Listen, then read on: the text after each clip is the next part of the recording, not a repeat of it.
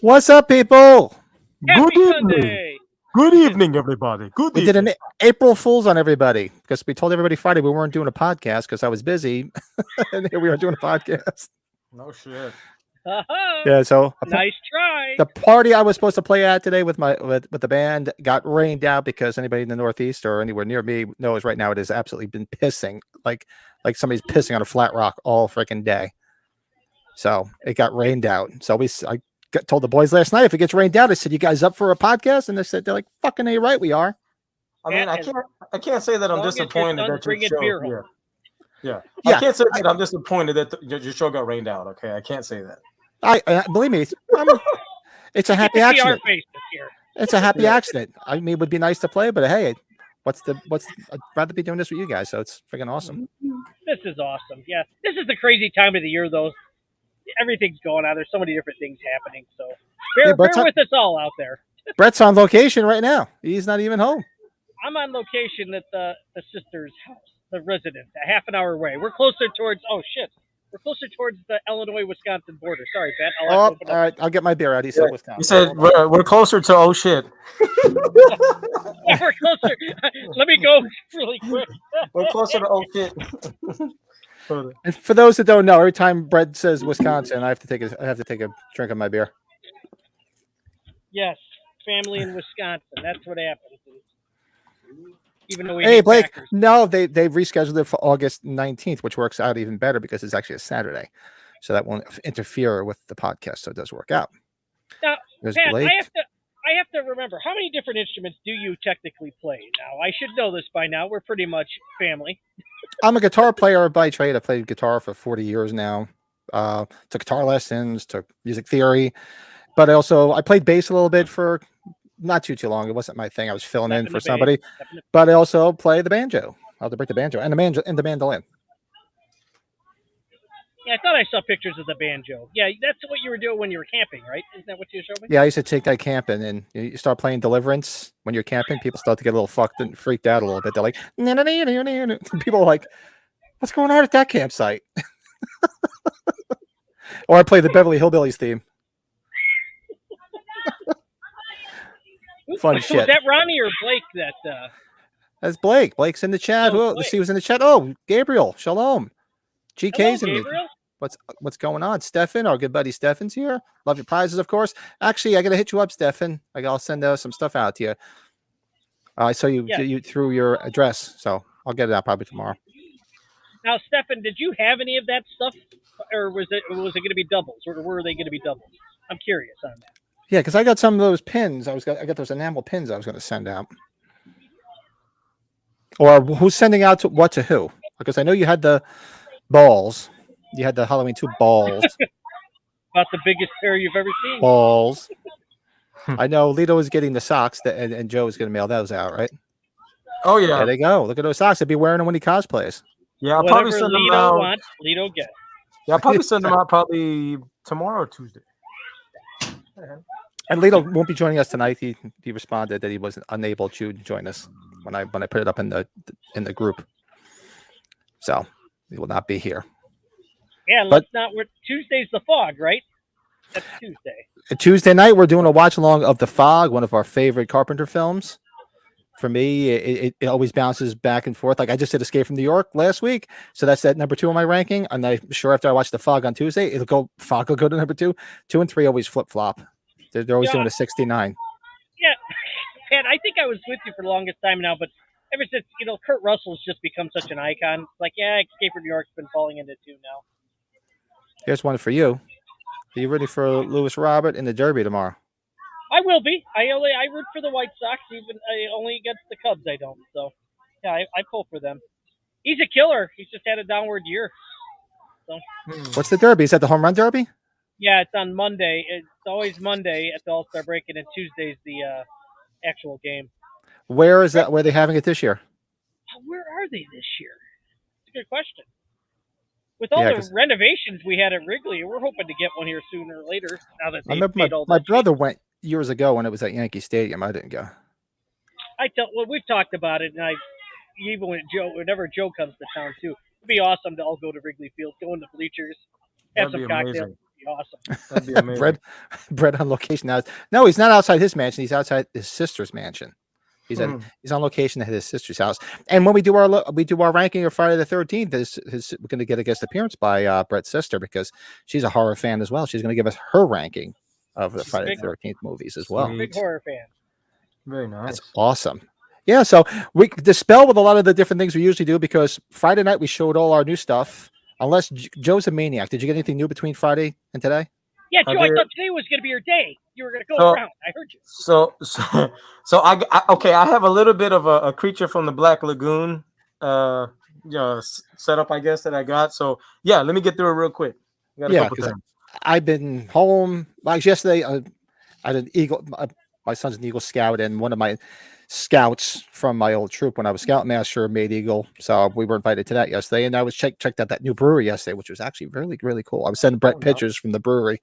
Yeah, and there was a couple of them I was asking Pat about. Sure enough, they had them. That shoe fly pie, that stuff, that could be real addicting.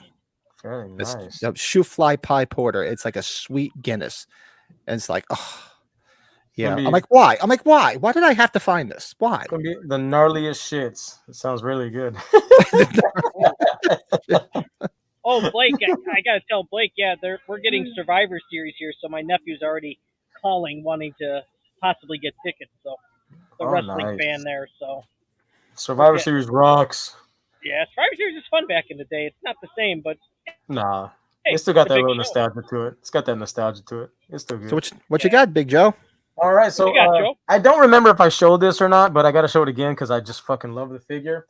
This is from back in the day, Sideshow Toys, the creature from the Black Lagoon, the silver screen edition. Did I show this last time? No, because I would have been like, I've never seen that before, and that's awesome. Yeah, me neither. That's nice. So apparently this is something that's highly sought after, and I hadn't seen it before. I saw the colored version, but I didn't know it had a silver screen edition, and the box just came in perfect condition, man. Look at that puppy. So this one was real nice. It has a nice little stand. Like if you open it up, which I'm not gonna, it has like a nice stand at the bottom. So it's real. Look at the details. He looks fucking awesome. Looks great. I can't wait for the new NECA figures. I don't know exactly. The year on here says here 2000 Sideshow. 2000. That thing looks really good for 2000. Yeah, man, it's older. I'm waiting. I can't wait for the new NECAs, the new creatures, the color version and the black and whites. They're coming out with the ultimate version. I can't wait, man. I can't fucking wait for that. Joe, I forgot. Sorry for my short-term memory as you're pulling that there. Do you have the Jason X McFarlane? I forgot. You do, right? Yes. Yeah. That one's hard to come by too. Yeah, that one's hard. Yeah, it's nice too. Yes, that one's hard. This one is a Amigo, creature from the Black Lagoon. I already had the color version, but then they also had a black and white version. Check him out. Rawr. That is nice. These are cool because it's like cloth material. So like his feet are kind of like this hard material, but then all of this is cloth, like the scales and everything. And then the face got some pretty good details. The back is the best part. Look at that. Oh yeah. That's the best. Now, Joe, I'll have to show you next time I'm at my parents' place. My dad's got a few signatures on his Laserdisc cover. No shit, dude. So check this out. So I'm a weirdo, right? So for whatever reason, they made it like this, right? They made one that's in a box, but it's the same shit. One's like in a Barbie box. Yeah. Yeah, that's weird. Yes, it's literally the same fucking thing, just in a box. And I prefer. See, they got the same image on the back. See that? Oh yeah. So I was like, if I had to choose, I'd prefer this one over this one. But I had to get this one because it's kind of I think weird. the small one still looks cool too. Yeah, it's not bad. If you have like limited space, I think the box one would be better. And then this one. Our elderlies, that movie scared the heck out of our elderlies. I know my dad had nightmares when he was a kid watching that. Oh yeah, dude. I remember scaring me as a kid. Now this one was made by can't remember. It's an Entertainment Earth exclusive. Oh, Entertainment Earth website, yeah. It's from Jada Toys. Check this one out. It's a glow in the dark one. It's kind of hard to see. Oh wow. The lighting's pretty trash. Let me see if I can get better lighting. Hold on. Yeah, see, turn it out and see if it lights up. Oh no, it doesn't. See, let's activate them. Let's get some charge. Turn this off. Let's see. Let me turn off my lights. Let's see if we can glow in the dark. Let's see what we got. You know what always glows when I'm down here is the Funko Pop, the black light one. It's always lit up. Look at that. Kinda. Yeah, Not kind of. really. Yeah, if it was charged a little bit more, we'd probably be able to see it. If it was soaking up some more sunlight. Yeah. Or just 60-watt light. But it's cool. I mean, for the most part, I went on a little creature binge. So yeah, not too bad. I have one thing that I found today, just normal shopping, no hunting. I'm a big fan of this Scream. Oh yeah, I have that one. Yep, that's the one I showed it 1 week. Yeah, it's got a real good article on H2. H2 is great. They got the one on Hellraiser, and since we're covering the Friday the 13th franchise, they cover all the films on here. So this is a great reference. So it's pretty cool. You'll still be able to find them, at like a local Barnes and Nobles or whatever. Super sweet. Who is this? That's the master of all movies. Hey, what's up? Thanks for stopping in. I have to check your channel out. Oh, there's Mrs. Brady hanging out. Look at you guys. Enjoy this. See, by me, it's raining. There's no sun. You guys, I'm jealous. It's nice. It looks nice out there. It was hot as hell today. It was like 115 degrees. Obsessed, addicted with movies and franchise. Yes, I love it. Cool. That you found the right knuckleheads right here, so you'll blend in with us. Sweetness. So that's everything. Brett, you didn't get anything, right? I didn't get anything new since Friday. So we showed all our new stuff on Friday. Go back and check out. That was a lot of fun. Horror Trivia was a blast. So we showed up all the new stuff that we had because we were planning on not doing this tonight. But let's just go right into it. What say we do our ranking of Friday the 13th franchise. Oh, shit. We're big fans of this franchise. Obviously, we're big Halloween knuckleheads, but we're just horror guys in general.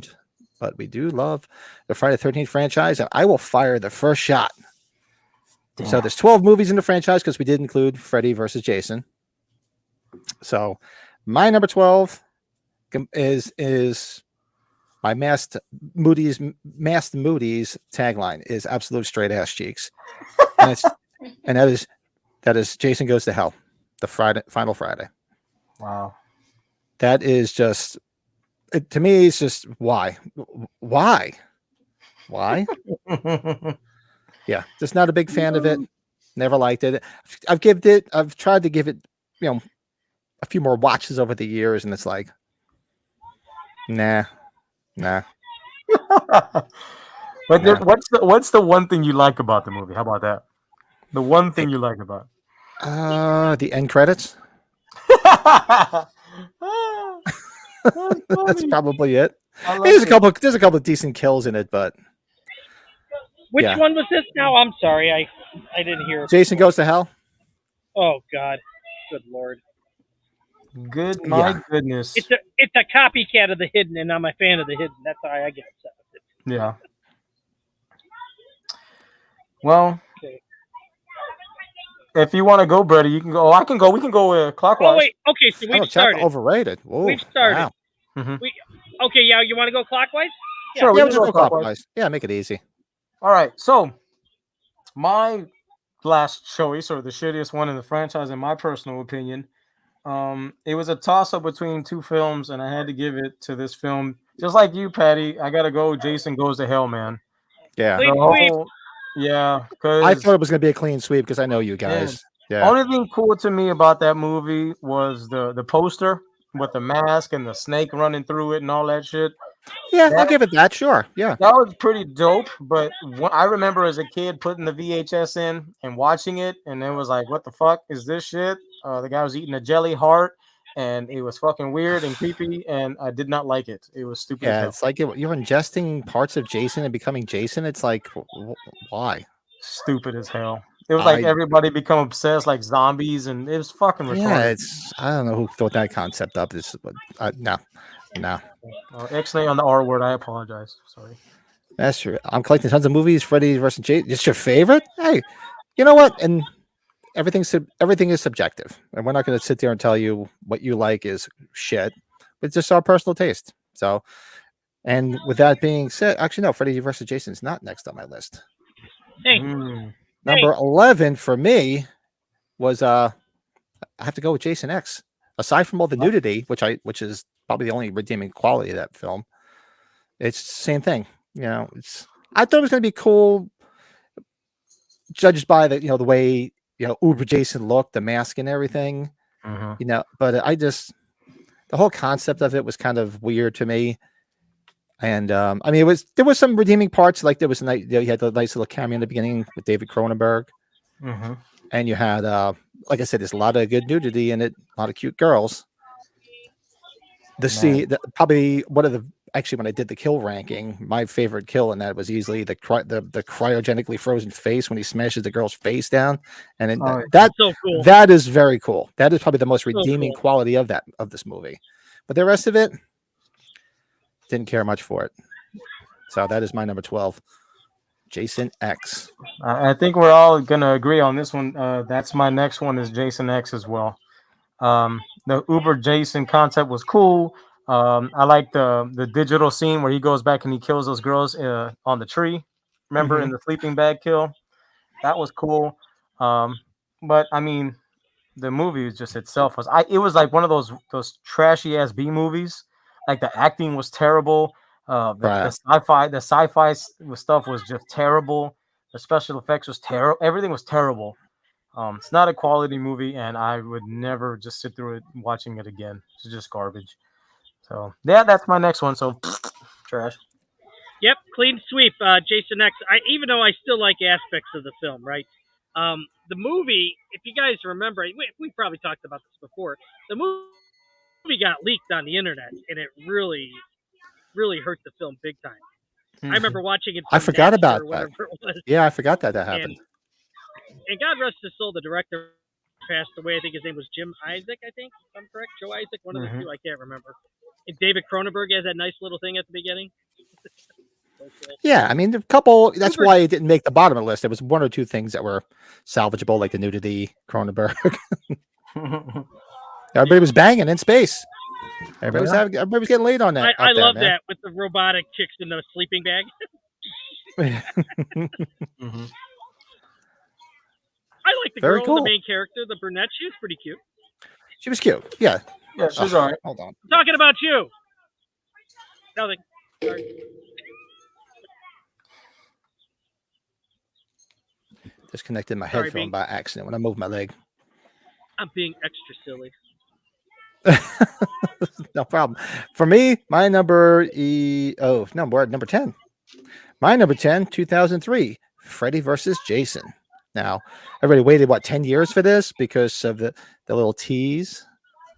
And it's not the worst. That's why it didn't make the bottom because there was some cool fight scenes between Freddy and Jason. I've said before about this. My big thing is I tend to be a little bit more of a Jason fan over Freddy. I don't dislike Freddy, but I like Jason. I like Friday the 13th franchise better. And he was sort of like a bitch. He was treating him like a bitch through the whole thing. It was kind of like, it was like you almost made to feel bad for Jason through the whole thing instead of being afraid of both of them, which to me was a big fail. I mean, granted, Jason does come out on top at the end. He's walking around carrying fucking Freddy's head, But it was okay. Some good fight scenes, some good kills. I will say this about Freddy in this. At least he wasn't like Freddy. There was some one-liners, but it wasn't used to like, some of the other later Nightmare movies where like it was basically just him doing one-liners through the whole film. Yeah. He was trying to use Jason to do his bidding, which was, it was okay, but just a little strange for me. I can see that. Gotcha. For sure. Not bad, man. Well, my next one is going to be, you might be surprised by this next pick, but I highly doubt it. But for me, this movie, A New Beginning, man. The whole, copycat Jason and all that shit. Get the fuck out of here. Somebody else, I said it myself. Get the fuck out of here. Debbie Sue Voorhees is the only good thing about that movie. Honestly, the whole, I just don't like that movie. I just fucking hate that movie. To me, it's kind of like, the resurrection movie for the Halloween franchise. The only reason that it's not higher, like one of the worst, is because, the others are just, just overall piles of shit. This movie had a pretty decent concept, but based on its quality, it was just trash. It's not a good film. So yeah, that one's garbage. Next, It's in its separate entity. yeah, it is. Yeah, It's just it is. It's not the worst because it's a different concept, but at the same time, it's a shitty movie. Remember, somebody didn't like me calling it the Halloween 3 of the series. Yeah, yeah. 'Cause it Basically, wasn't- Yeah, it kind of is. Yeah, that movie's a piece of shit, honestly. You know what's funny though, Joe? I used to think the same thing, but it has grown. That's why I call it kind of like Halloween 3 for that matter too. Me too. It's grown I on never me. used to like it as much, and it's really starting to pick up. It's still not one of the better ones. It'll come Right. for me here soon. Yeah. But yeah, I totally get it though, buddy. I am gonna go. This one's kind of. I'm surprised I was the first one to say this. This is the first Friday 13th. I just have an issue with it not being Jason. It's very effective. Don't get me wrong. Whoa! Number The one, original. the OG. Number Oh, one. nice. The Okay. OG. Yeah. No, don't be stupid. That's more of a shocker than mine. That's crazy. That's That good. is. That's I'm good. not gonna lie. Mine. That's not gonna be number one for me. I'm not gonna lie, but Yeah, same. I didn't have it that. I didn't have it that low. Look at Yeah. you. Not He's having like, Jason in it. Not having Jason in it. Nope. I'm sorry. It's I liked it for a while, but it keeps on going down when all these other films. I watched all the other films a lot more, so I'm kind of I guess I'm biased to that standpoint. For sure. Maybe it's the age. I no, don't know. he's. Yeah, original Friday the 13th. I'm so sorry. I'm so sorry. Rest in peace. Rest in peace. Love it, buddy. I love it. All right, number 9 for me, from 1988, Part 7, The New Blood. Albeit, I do like some of the effects. I love, you guys know my affinity for unmasked Jason in this, where he's getting pissed because she's freaking zapping him, fucking him up, and he's like, He's got that double jaw thing going. he's getting so fucking mad. It makes me laugh. It just makes me laugh so much. So, and it's nice to see. Shit, I'm drawing a blank on his name. Bernie from Weekend at Bernie. Oh yeah. And it has that dick doctor. What a scumbag he turned out to be. Of course, he gets his comeuppance. And she was cute, the blonde whose name is escaping me too. I should have wrote down names. I had a lot of time today, but I was doing some other shit. It's got some cool kills, some nice effects, cute girl. I'm not big on the whole telepathic thing. It's like, did they really need to go there? I would rather have them just been at the camp with a new group of people getting fucked up than have to go with the telepathic thing. And then what's the whole thing at the end? Got Bernie in it. Well, that's it. It's got Bernie in it. That's one redeeming quality. The whole thing at the end where the dad comes out of the water. Yeah, that was a little strange. Somebody explain that to me. Yeah, I don't. That's her name, Laura Park Lincoln. Yeah, she's cute. Actually, I think she's even cuter now. Yeah. And then And she's aged And super gracefully. she's a sweetheart too to meet. She's very nice. Yeah. Mm-hmm. Stunt work was good in it. Yeah, it wasn't. That's why it wasn't at the bottom of the list. It's got some redeeming qualities. I just didn't like the concept of it. If you take that telepathic shit out of it, it probably wouldn't be so bad. And the whole part at the end where the dad comes out and saves her, and it's like, well, what was he doing down there hiding this whole fucking time? He's supposed to be dead. Fucking Carrie versus Jason. Stupid. Don't be stupid. Yeah, this is true. Rest in peace, John Carl Beekler. Damn. I didn't. I can't. There's a shadow of my camera. I see. Yeah, not a bad choice, man. Not a bad choice. I'm gonna have to go. My next one is Jason Takes Manhattan. It was a close call between this one and I'm gonna be honest with you, the one that you just chose. But the reason I chose this one is because the only thing I liked about this film was the rooftop scene, the fight The boxer. scene, The fight scene. the head His getting head goes knocked flying. off, and yeah, I mean, Give me your best shot. yeah, there were some scenes there that were kind of cool. You know, the whole scene where Jason's in the sewer and his mask comes off and he's got that goofy like fucking, whatever fucking face that was. Yeah. You know, It's like, oh, it was like, oh. yeah, that was horrible. The acting was pretty horrible. The whole storyline was pretty horrible, except for you only get that good shot of him down there in Times Square. That was iconic. The whole Yeah, when he concept takes the mask up and they're like, no problem. the whole concept and idea was cool. It's just that the movie just didn't pan out to be very good. And you got some people that love it, and I'm just one of those that, if it's on, I'll watch it, but it's not really, it's not really one of the best ones. So, that's my next choice. Yeah. I'm kind of with what you just said, Joe. Here, this is a toss up between 7 and 8, and I have part 7 down as my next one. The 7th one has a lot of cool features to it. I guess it's the cover of the Nintendo game, right, with the axe, right? Yeah. I just love it when he hits that chick with the axe in the face. And you got the sleeping bag scene. The telepathic stuff's a little silly, but I'll tell you one thing. I think we talked about this before again. Like, if you want to show somebody that's never seen a Friday 13th movie, you want to see a movie where Jason's going to get the shit kicked out of him, this is probably the ideal one. Yep. Yeah. He gets his ass kicked. Like, And that's why I love it. He's just he's getting so fucking pissed and making those pissed off faces. So that makes me laugh. It does. Yeah. And that's, then they had that big fire scene where I think that's where Kane Hodder had some serious, there was some. Oh, that's true. Yeah. Right. Yeah. Yeah. But New Blood, there's good stuff. And yeah, Terry Kaiser, man, without the mustache. He needs to have a mustache. Love the mustache. Oh, what's your favorite Friday 13th film? Do you have one? Yes. What'd you say? Like, I don't think I've seen one all the way through. She wanted to watch them all when we first started dating. We watched them all in a couple weeks. I wanted to ask her, see if she would say something. That's all. She's like, hell no. She's like, I'm hanging out, having a good time. You go hang out with those knuckleheads. She's like, don't be stupid. So yeah, part 7. That's my next one on the list. Yeah, we're all sort of in sync with everybody because my number 8 is Jason Takes Manhattan. And the only reason, and this is like a guilty pleasure watch when it's on. I do like it. I kind of enjoy it. It does, of course, have many, many flaws. It doesn't look anything like New York except for the one scene in Times Square. You can clearly tell it's not New York. And how does a boat get from a lake to Manhattan? I've always wondered that one. That's awesome. Growing up in the area, I'm like, how does that lake connect? It doesn't make any sense to me.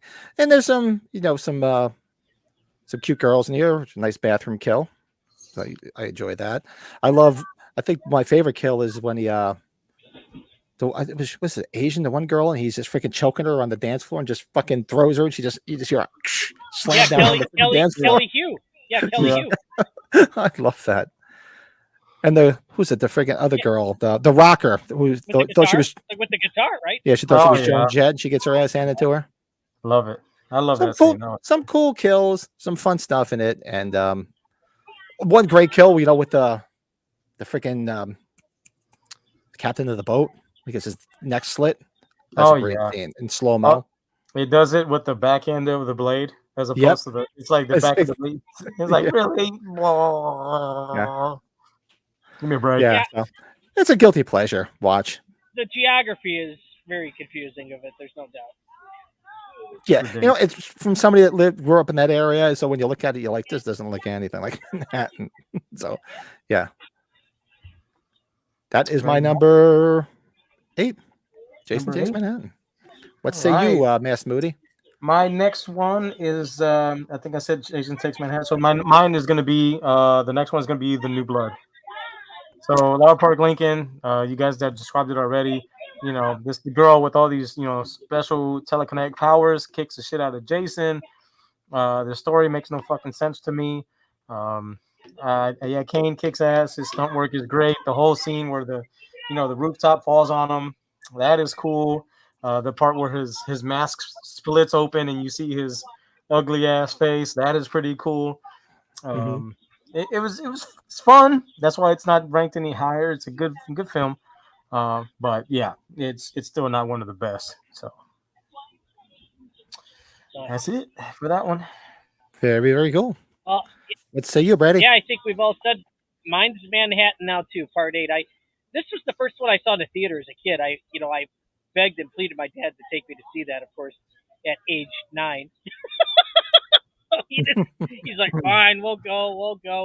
It's not a good movie at all. We all know that, but it's a fun watch. I think why I like it the most is the posters, the covers. I love them over Manhattan, and I love I love New York sign where he's ripping through it. That advanced poster. That was the first autograph poster I ever got by anybody, by Kane Hodder.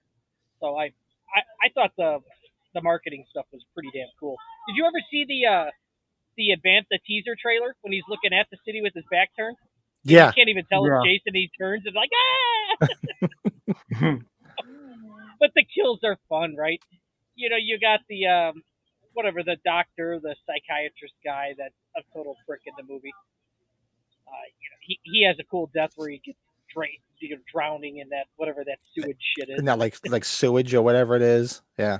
I know a lot of people didn't like when he turns into a boy. That's so damn bizarre, but it's already supernatural anyways. What the hell him surviving like that? But Joe's got it right. The boxer is so much fun. That when I first saw that, I almost shit myself. I was laughing so hard. That was so funny. Oh man! And the girl, Rob Windsor's in the house.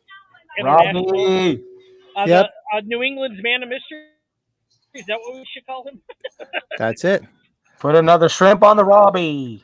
The mystery from Boston. Boy, I want to go get some of those cannolis at Mike's Pastries there in Boston. That's a great place. Right, yeah, Lisa, Rob. Mike's Pastries in Boston. We weren't supposed to have a show tonight. I was supposed to be playing somewhere tonight, but I don't know if you're getting it up north. It's been raining like hell all day here, so everything got rescheduled. So we figured let's do one anyway. What the hell? So that's why we're here. And then the three-headed monster. That's right. Good stuff. Yeah. So where we at? Are we down to 7 or 8 now, right? So yeah, now to number 7 for me. Now this might be a little controversial. Well, it hasn't been. Obviously, I haven't said it before, but I do like the 2009 remake. I think it's a lot of fun. Oh yeah, nice. It's a very brutal Jason. I like the story in it. I will say the only thing about it that really you want nudity. There's a lot of good nudity in this goddamn movie. The thing that I don't like about it is my biggest gripe is I don't see Jason keeping a hostage. Okay. Because he's holding on to the sister. That was the thing. I just don't see him keeping a hostage. That was probably the only part that I disliked. But the rest of it I loved. I loved the girls in it. It was the one prick. The hell is his name? The guy whose house it is, who's just a complete asshole. That was like one of my favorite. Aside from the sleeping bag kill again in the beginning, but meanwhile he's got her over a fire. He's fucking roasting her in the beginning of it, so it makes it even worse. But I love when he gets his and he impales him in the back of the hay baler, the truck, and the truck drives off with him stuck in the back of the truck. That is cool. That guy's such a prick. Or the shot right in the guy's head, driving the freaking boat. Great kills. To me, for a remake, here we go. I'll fire a shot. I'll put that in before the 1980 movie. Oh wow! Derek Mears was a real good Jason. He was great. Yeah, and I like the Sackhead part. He had the Sackhead in the beginning. Yeah, you saw the remake with us, Lee, that's at true. The theater. That is true. Man, very nice. I like, very nice. Let's see, like Freddy's Dead. I got the one. Yeah, not bad. Yeah, it's like I said. This is all subjective. We're just giving our personal taste, so that's why I like it. It's fun. That is my number 7. What say you, Mass Moody? Man, so number 7, this one was a tough choice for me because it's probably gonna piss you off, Pat. But for me, number 7 is Friday the 13th, Part 2. Holy cow, that's that far down. Wow, You Joe. dick! And I'm not doing that for shock value. Okay, I promise. The reason why is these lists, as you all guys know, they change based Sure. Yeah. on your perspective. You watching it. Some movies you watch more than others, right? For whatever reason, I have watched Part 2 a lot more than the other films, right? So I have been like slowly like picking at this film, slowly but surely. And over time, I said, you know what? I'm starting to not like it as much. Maybe I've just watched it too much. Maybe. But for me, it's not as intriguing. I know you get that kid Jason and the kills are cool and everything. It's still not a bad movie, but to me, it ranks in the middle ground ish, just because of the fact that it's just for me personally, at my age and everything. I feel like some of the other movies, bring a little bit more in terms of the kills and the quality stuff like that. And it's just a time frame thing, honestly. So for me, Part 2 is just it is where it is right here. Yeah, that's fair. Like I said, this is all subjective. You know us. Yeah. We don't care. Oh We're yeah, just saying, I know. It's just because I know you love this movie. yeah, exactly. I'm not gonna lie. Everybody knows where I'm gonna go with my number one because I know Oh you guys yeah. know my affinity for that film. No, yeah. But yeah, that's fine. That works. Sweet. What about you, Mr. Brady? My next one down the line here is part 5. What do we call this? New beginning, right? New beginning. Mhm. Yeah, new beginning. We talked about it before. God, this movie. This is probably one of the worst for the Don't call me longest short. time. But maybe did we? No, we never did a watch along. No, we did do a watch along We did it on the old podcast. We did it. on the old podcast. I Hey, think it's the characters. So much fun. there's our good buddy Colin Hey, what's going on? Hey, from What's up, across the buddy? pond. What's up, buddy? Hey, I hope everyone is doing good out there. Part 2 is my favorite. See, that's why Alan, there you are, bud. me and Colin was simpatico. Was Yeah. simpatico. Simpatico. And I think I can understand it because you two are closer in age. Yes. True. Yep, this is true. Yes. No offense, Yeah. Colin. I didn't say that as a derogatory thing. You know, I love you. No, he's still younger, so he can say that. He's still younger than me by 2 years. Oh, yeah. Yeah. So, yeah, you're still the old gizzard. I'm sorry, I'm Pat. still the old fart. No, Colin, that's right. Colin's born in 74. We talked about that, right? Yeah, he said 74, I think, right? Mm-hmm. Because he's my brother's age. I remember that. So, part Right, 5, right. I think it's the characters, man. And like that, when I first saw this movie, I remember that death with the kid, the father and the guy with, a cut in the wood. Remember, cutting the firewood, remember with the axe, he just levels the guy. And that's Oh, really kind of the start of how the movie kind of gets going. Yeah, it's grown on me. And actually, we can both talk about it if you want because my number 6 is part 5, A New Beginning. It's grown on me over the years. The blue lines on the mask, too. I like that. I like the blue lines on the mask. There's some cool kills. I mean, of course you're gonna argue because it's really not Jason. I get it, but everybody knows my affinity for when we did our boobs. Debbie Sue Voorhees. Love those boobs. I hope they're holding up well. And it was, and the movie was, the director was what, a softcore porn director. So that's why you got some fun stuff in there. The other girl too. What the hell is her name? The other one that was living there, that the one geeky kid kept hitting on, and she got naked and she got killed. She Oh yeah. sleeping topless. She was cute as hell. So there was definitely a lot of skin in here. Oh, the greasers too, and then The you had the one grease- girl, Lana. Yeah. Yeah. Lana. Yeah, the greasers were the best. What the fuck? It's like, did they time portal from 1950? It's like, what were they doing in that movie? And he's like, Rat-a-tat-a-chewy, you fucked up. The car's not starting. The rat-a-tat-a-chewy, the chewy. Stupid. And the guy just like, they stop. He's like, all right, the car's not starting. I'm gonna go take a shit. Who just goes off in the woods and takes a dump?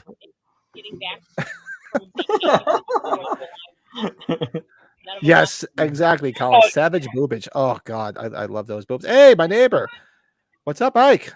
Coming on. Oh, and Colin, you and Pat hit it out of the park. I got to finish the Escape from New York watch along. That was really fun. That was good. I'm glad you guys had a good show with that. That was a lot of fun. That was a blast. Very nice.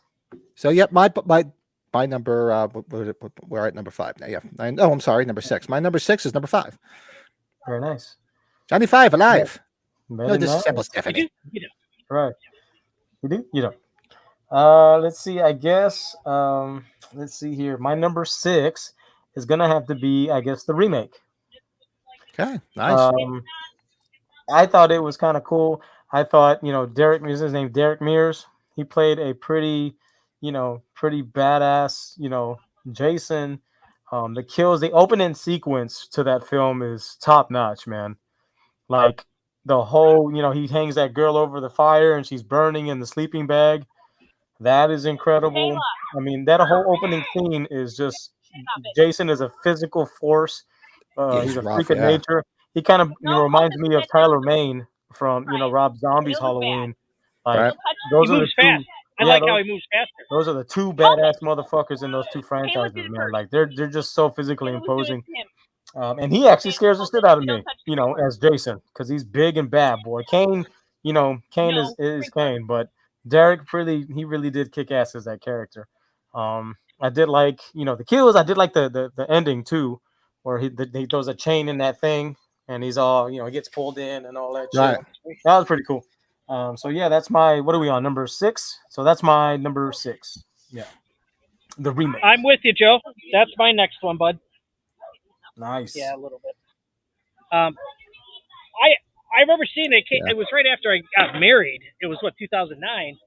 I love how he goes through the sackhead Jason. The hair's a little weird. Be glad you got that year right, because your wife's right next to you. Oh, you got that she's right there. Shit. I couldn't remember when that movie came out. The remake of Friday the 13th. Don't you remember seeing the remake? I know you went to the theater with that one. Yeah. Anyways, I like it when you spot when the girl's swimming and Jason's watching. Remember that whole segment? That's really that whole scene. That's really great cool. scene. Yeah, there's a lot of good stuff in that film. It really is. I'd love to see them pick up after it. Hell yeah. It's kind of got a very, I would say, like an underground good cast to it too. A lot of those people have gone on to do other things now. Yeah. Yeah. But yeah, Friday the 13th, 2009. Derek Mears, kick-ass Jason, and I like the one-sheet poster too. It's cool, very simple. Oh yeah. Yeah. Hell yeah. Awesome. Very cool. So that is your number. That was your number 6. So my number 5. My number 5 is the OG from 1980. Oh wow. I put it. Yeah, it's like you dick. I do put it up a little bit higher on the list, probably more for nostalgia because it was the first one that I saw back in 1980. And I was real young. I didn't see the. No, I didn't see. I saw it on. I saw it on HBO. I didn't see the original in the theater. I saw all the other ones starting with 2, but the first one I did see on HBO, and it was fun. I didn't. Now, granted, those of my age that may be watching this, well, there's nobody older than me in the chat right now, but anybody that's a little bit older that might watch this after the fact, this was a big deal. I mean, it's very not lame, very tame by comparison compared to the other ones, because now it was so desensitized to all the violence and the crazy shit. But it was pretty big at the time. It was inspired by Halloween too. Come on, it really was. What I could be wrong, but I don't remember them getting a lot of flack. I just knew it. They were just trying to amp it up more so than they were trying to create a Halloween character because of the success, and they successfully did. And so you could say they did copy a lot of the tropes of it, but it was really pretty. It was groundbreaking at the time. I remember it being a big deal. Yeah. And now it's it's very lame by comparison. So I put it at number 5 because probably more so for nostalgia than anything. I'm noticing as we're getting down there, I think our main 2 or 3 are probably all in the same vicinity. If I'm willing to bet. So we'll see. Yeah. Wait a second. Oh, Rob, you got to hang around more often. I didn't know you were older than me. Damn. Rob saw it in the theater. Yeah, I didn't see it in the theater. I did see it on HBO. I remember. Very nice. Rob's slightly older. So what going around the whole time when we go out to Cali? I used to be the youngest one. Now I'm the oldest one. Guys rock. Pat's all excited. I know he's all happy and shit. Yes. Woo. Are they going to have the little carts they can get at Walmart because we don't want to walk around because we're too old and we can just cruise around? That's So good, what say man. you, Joe? What's your number 5? That's a Yeah, very you got a big interesting comment 5-year plan, because Lethal? me and you are on the same page when it comes to Friday the 13th from 1980, man. That's my number 5. It's the one that kind of started it all. Sean S. Cunningham. I think enough was done in that film to create the franchise that it created. You know what I mean? Well put. Yeah, Yeah. absolutely. When you go ahead and watch it, it's very slow paced. It's not really over the top action and craziness. It's very methodical.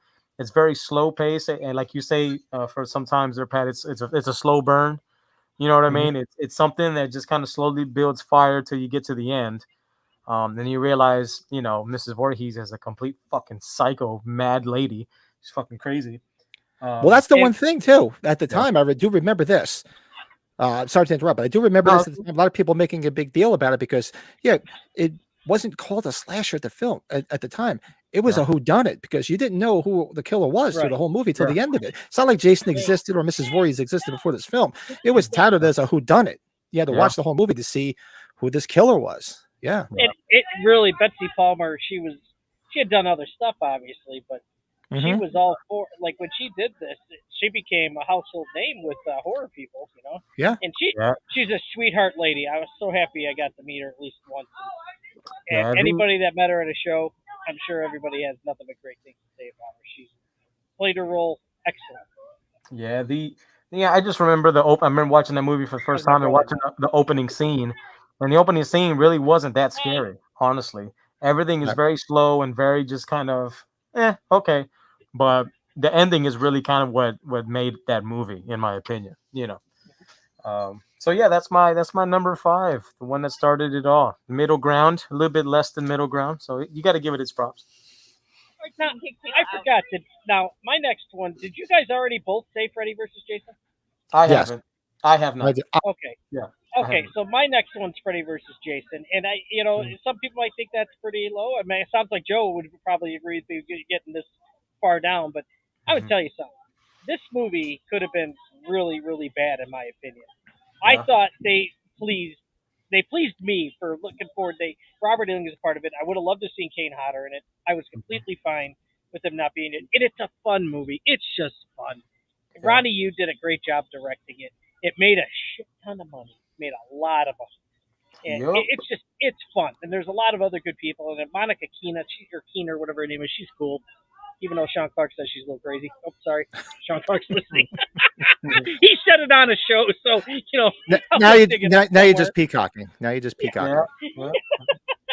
Yeah. I'll go find that show when he talked about her. No, but if you had John Ritter's kid in it. Well, that's right. Yeah, forgot to mention that. I like the one guy that's in it. You guys ever seen that movie Dead Man on Campus? Oh yeah. The crazy guy Cliff O'Malley. He plays the cop in this. He's really good. He's in a ton of movies though. But I like the ending, like you were talking about, where he's got his head and then Freddy winks. I think it was just a lot of fun. Oh no. Oh no. And for those that don't know, sorry, so it's not even an inside joke, because a lot of people know, but he's a piece of shit. He's a piece of shit. I did get a reply from him because he told me he was in Arizona. I did talk to him, but we'll talk about that later. Nothing out of the ordinary. So, I did see a picture. I saw a picture posted with him and Dave McRae. And Dave McRae dressed as in the Freddy outfit. I thought I saw a picture with him with Tom Atkins. Did he have one with Sean too? Yeah. It looked pretty cool. And Colin threw his ranking in there. Says he popped in late. So what does he got? Jason Goes to Hell, Jason X, Freddy versus Jason. Did you copy my list? His list is almost identical to mine. Oh wow. Yeah, the last I would say, Pat, you had like the last handful of them right there. No, you have the remake a little bit better though, Pat, I think, than Colin does. The remake I had at 7. He's got it 9. It's almost the exact same list. Nice one. Now you have part 6 lower than just like we all do, obviously, because we haven't said it yet. So. Yeah, we haven't said it yet. So, did you give your 5? Yeah, it was Freddy versus Jason, right, Brett? Yes, That was pretty. correct. So, So yeah, we're down to 4. so We're now down to 4. the top 4. So my number 4, and here we go again, being wacky by saying this. My number 4 is number 6. Nice. Now, again, when you get into any top 5 list, this is giving high praise to these films. So that's really high Exactly. praise. Yeah, Yeah, that's high praise. exactly. Very good high praise. This was a big deal at the time. I told the story. I worked in the theater. I worked at the Lowe's Cinema at the time. I remember opening night working, and I was pissed because I actually wanted to watch the film, but I knew I was going to be able to watch it later. So I remember working in the freaking box office selling tickets, and it was sold out. Every showing was sold out. Everybody was excited.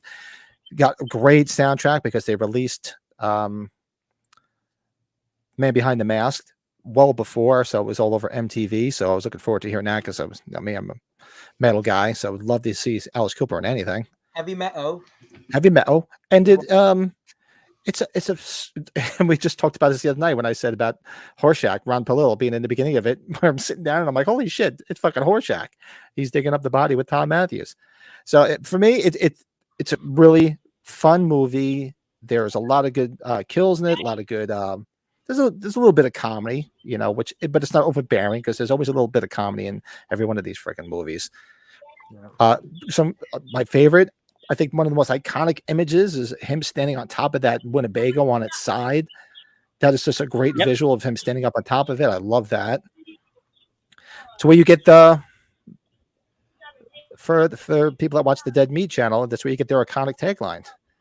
Yeah. I know what I think. I think we're dead meat. Remember the kids when they were in the camp? Yeah. Under the bed. Under the bed. Yeah. I think we're dead meat. And you got the sheriff who was such a dick, who got one of my favorite kills, and I think it was when I said it was my favorite kill in that movie, where Jason just fucking bends him in half. Fuck yeah, dude! Oh yeah, I love that kill. How they made that happen. Really cool. Really. And cool. the scene, the climactic scene at the end with Tom Matthews when they're out on the lake and he puts the gasoline and everything and all the fire and they're fighting. Just a great fight scene, great visual. I love Tom Matthews. Big Return of the Living Dead fan. So I love him in that. So it's just that's why it's in our top 5, all of us, because we haven't mentioned it yet, because it's one of the better movies in the franchise. I got to message you guys. I got to message you something. So okay. In case one of you guys are interested. I love you, man. All right. So very nice choice, my friend. Let's see what we got here cooking. Let me see. So let me get back to my list. I guess my next one. This is number 4, right, guys? Number 4. This is 4. Number 4. So my number 4 is going to be none other than Freddy versus Jason. Wow, you guys put it up high. That's awesome. I'm it's just fun. Yeah, from 2003. Ronnie Wu, he directed it. The only thing I didn't like about the film was that whole slow motion shit. Like when Kelly Rowland gets hit, she goes flying into the tree. It's all like this, crazy sporadic camera. Yeah. I'm not a big fan of the camera work. But for the time, I graduated high school in 2005. Okay. This movie came out in 2003. So I remember the storm, the wave that this film came, with. Everybody was excited. You had both films, the fans of both franchises coming together, and it was a box office hit. Why? Because this is some shit that people were just waiting for years and years and years and years. And to me, when I saw it, I didn't think it was a bad movie because I was just so excited to see it. Now, is it a long time coming? Yeah. Is it the best movie? No. Could it have been better? Hell yes. Couldn't have been scarier? Hell yes. It was too cheesy and comical, but at the same time, for what it was and how much people were excited to see it, I felt like it had to rank higher. Because for me, it's one of those home run at the movies. It kind of this film reminds me of Halloween 2018. How people were so stoked and so excited to have this finally fucking happen. And that's what makes this film important to me, is that everybody kind of came together and we fucking showed our love for this shit, even though it wasn't the best. So, in terms of a movie, it's not the best, but it is the best because of the timing and everybody just waiting to bust their load. So it was great. That's my number 4. 7's part 4 is number 5, and yeah, they're both him and Colin talking about how Friday Part 5 is really starting. I'm amazed after all of these years. It's just It is. it's a slow climb to people accepting it, just the way H3 was. It was a 40-year climb, for Christ's sake. Yeah. I've been going back and forth with my part 4 and part 3, or my 3 and 4 choices here, and I think I just changed it out like twice as we've been talking here. So, you changed what out? I'm sorry. Well, I didn't hear.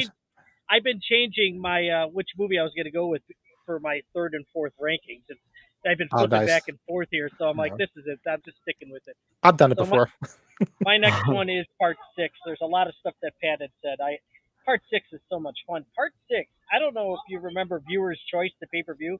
This was like the first movie I ever saw on Viewer's Choice. Oh, I remember Viewer's Choice, right? Yeah, I remember that. When that was the pay-per-view, right? And the music, this one really felt like with the music and the era, this was 80s at its finest for me. Yeah, right. Part 6. He's kind of like he's got the bounty hunter look with the, he's got the knife, he's got the gloves. He looks pretty damn cool. I love the whole paintballing sequence with all those guys getting all pissed off. Yes, that's right. Yeah, that's a little bit of comedy that's in it, and I like a little bit of comedy. It takes you away for a minute, but as long as it's not too much, it's fun. So yeah, it's just a great movie. It's probably got one of my favorite females of the whole series in it. The sheriff's daughter. I forgot the actress's name that played her. I really thought she was. Yeah, she was cute as hell. She's biggest crush on that chick, man. And she's still good looking too. You see her advertised at these cons, and she still looks great. A lot of the girls, there's very few girls from the original movies from the 80s from this series that really have aged gracefully. They're all still pretty, Amy Steele looks good. I mean, it's just they've all aged gracefully. So I guess being in these movies have done well for you. To answer Colin, it's not that hot, but I didn't realize until after the show I had a pool of sweat in the chin area. So it is hot under here. It's just that the sweat is pooling right here. So when I'm talking, it starts like leaking down. Yeah, and Joe, if you didn't hear Joe talk about that too, that hat is part of the mask. That's I was so thrown off before when Joe told Pat and I that after we went off the air. When you come down and it slides off as a whole piece in the back.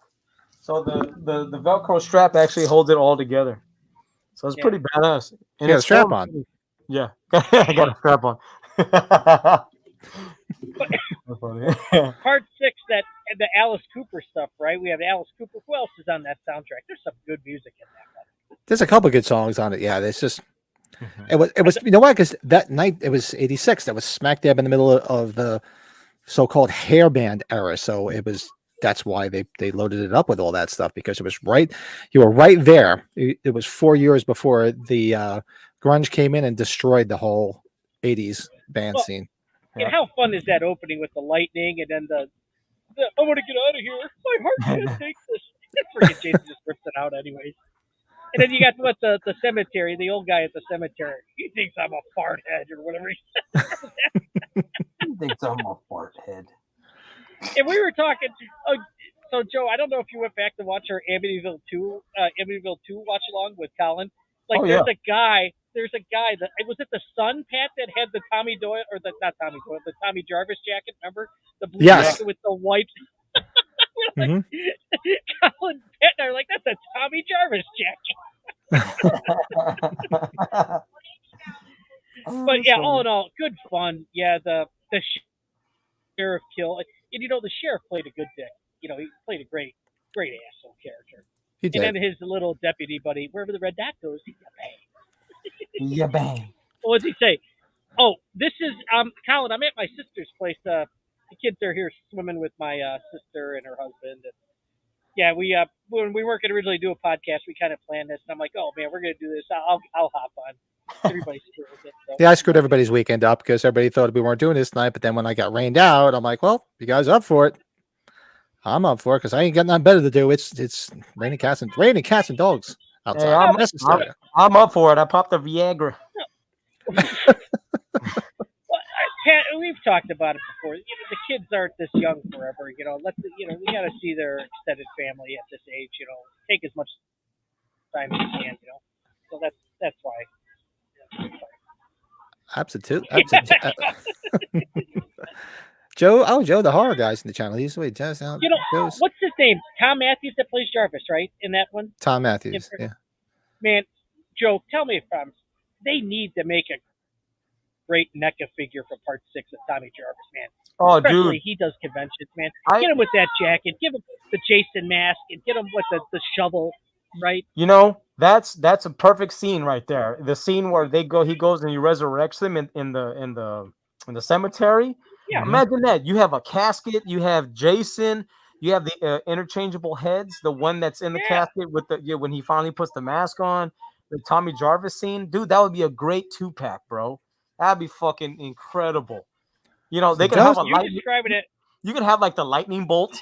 You know what I mean? Like NECA does crazy things with like the fire flames for the H2 figure.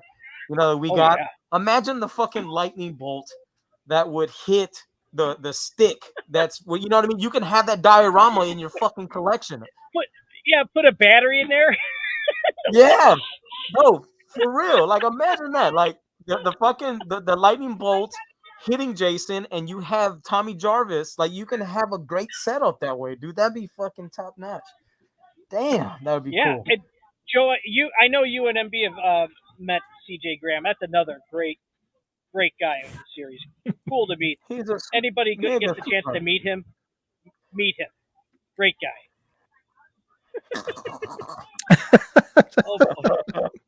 Licky Tree straight into the valley of the boobies. Greasy nips, go. Hey. Oh my god. Stuff has been it's been pouring here all day, man. Oof. Bro, I guarantee you, being in South Texas, man, it was 100 in the truck. It was like 110, 115 degrees, bro. And you know, there's some funky, sweaty, swamp ass booty having people. There's a lot of swamp ass floating around then, I bet. Man, spunky as hell, bro. People. Wait a minute, Joe. Imaginable. Speaking of something, did Pat wasn't he gonna model off those shorts one of these days? Oh yeah. Yeah. We gotta see them Daisy Dukes, man. We gotta see them one of these days. We gotta see them chicken legs. You can see you want to see my swimsuit? You guys recognize that swimsuit? Hey, I know Apollo Creed in the house. There is no tomorrow. Are we getting something surprised here? Your surprise is on its way via MB. Oh, that's my neighbor. Hey, yeah. Okay, so there was the superhero Comic-Con and car show was here in San Antonio at the gosh dang it, where is it? Where the big Marvel people were at. That's right. Yeah, where the big Marvel people were at. It's where the Spurs used to from the Freeman Coliseum. And I couldn't go today, and my neighbors, they ended up going. So apparently I got some. Oh my gosh, I'm excited. Look, the Horror Green Book's at the airport at Mad Monster Party in Arizona. Hey, I saw a lot of people posting online today. Looked, it was a real fun time. You had Mad Monster in Arizona, and you had Crypticon in Kansas City. And Crypticon was in Kansas, yep. Yo, real quick, man, give my boy, the Horror Green Book, some love on his channel, man. He's putting out some great content. He's going to all these cons and putting out some, he's going to give you the Horror Green Book. Yeah, Horror Green Book. I'm going to check it out. I gotta check that out. I haven't yet. Man, he is hitting a lot of destination spots, and he travels. He goes and gets fantastic content. So you guys go check him out, man. Him and his family are fantastic. Super cool guy, man. I'll be hitting that up after this. Check it out. Yeah, cool. First, Joe. So Popovich, 5 years, huh? Dude, 5 years, bro. He's already 74. So my Daisy Dukes. I'm gonna get a Speedo and really fuck all you guys up. Yeah, Papa's 74, so 5 years he'll be 79, bro. We'll be in California long enough. You'll probably go for a swim. Yeah. Hey, no problem there, bro. I think it's stopped now. The rain. We're gonna try to talk my wife somehow coming, right? No, I know Joe saw Insidious last night. I did not see it yet. Did you see it yet, Brett? No, I'm interested to hear what Joe said. I saw that he went to go see it, but when we get to that segment, I was about ready to ask him. I'm like, oh, that's right. We're gonna probably talk about that. Oh yeah. I'm gonna. Yeah, I got a lot to talk about in terms of that film. So Did you see Moorhead got to meet Patrick? yeah, you got to meet Patrick, man. That's real dope, man. Yeah. That motherfucker is gracing. He's aging gracefully. That Patrick Wilson guy. He looks the same as he did 10 years ago. Motherfucker sold his soul to the devil. That's why he's doing all these fucking scary movies. He's got I tried selling my soul. He doesn't fucking want it. That's why I'm fat and old looking. motherfucker has got 2 successful franchises in Insidious, and then the ones with the Warrens. What is it? Conjuring. Yeah, the Conjuring franchise. I mean, the guy is just amazing.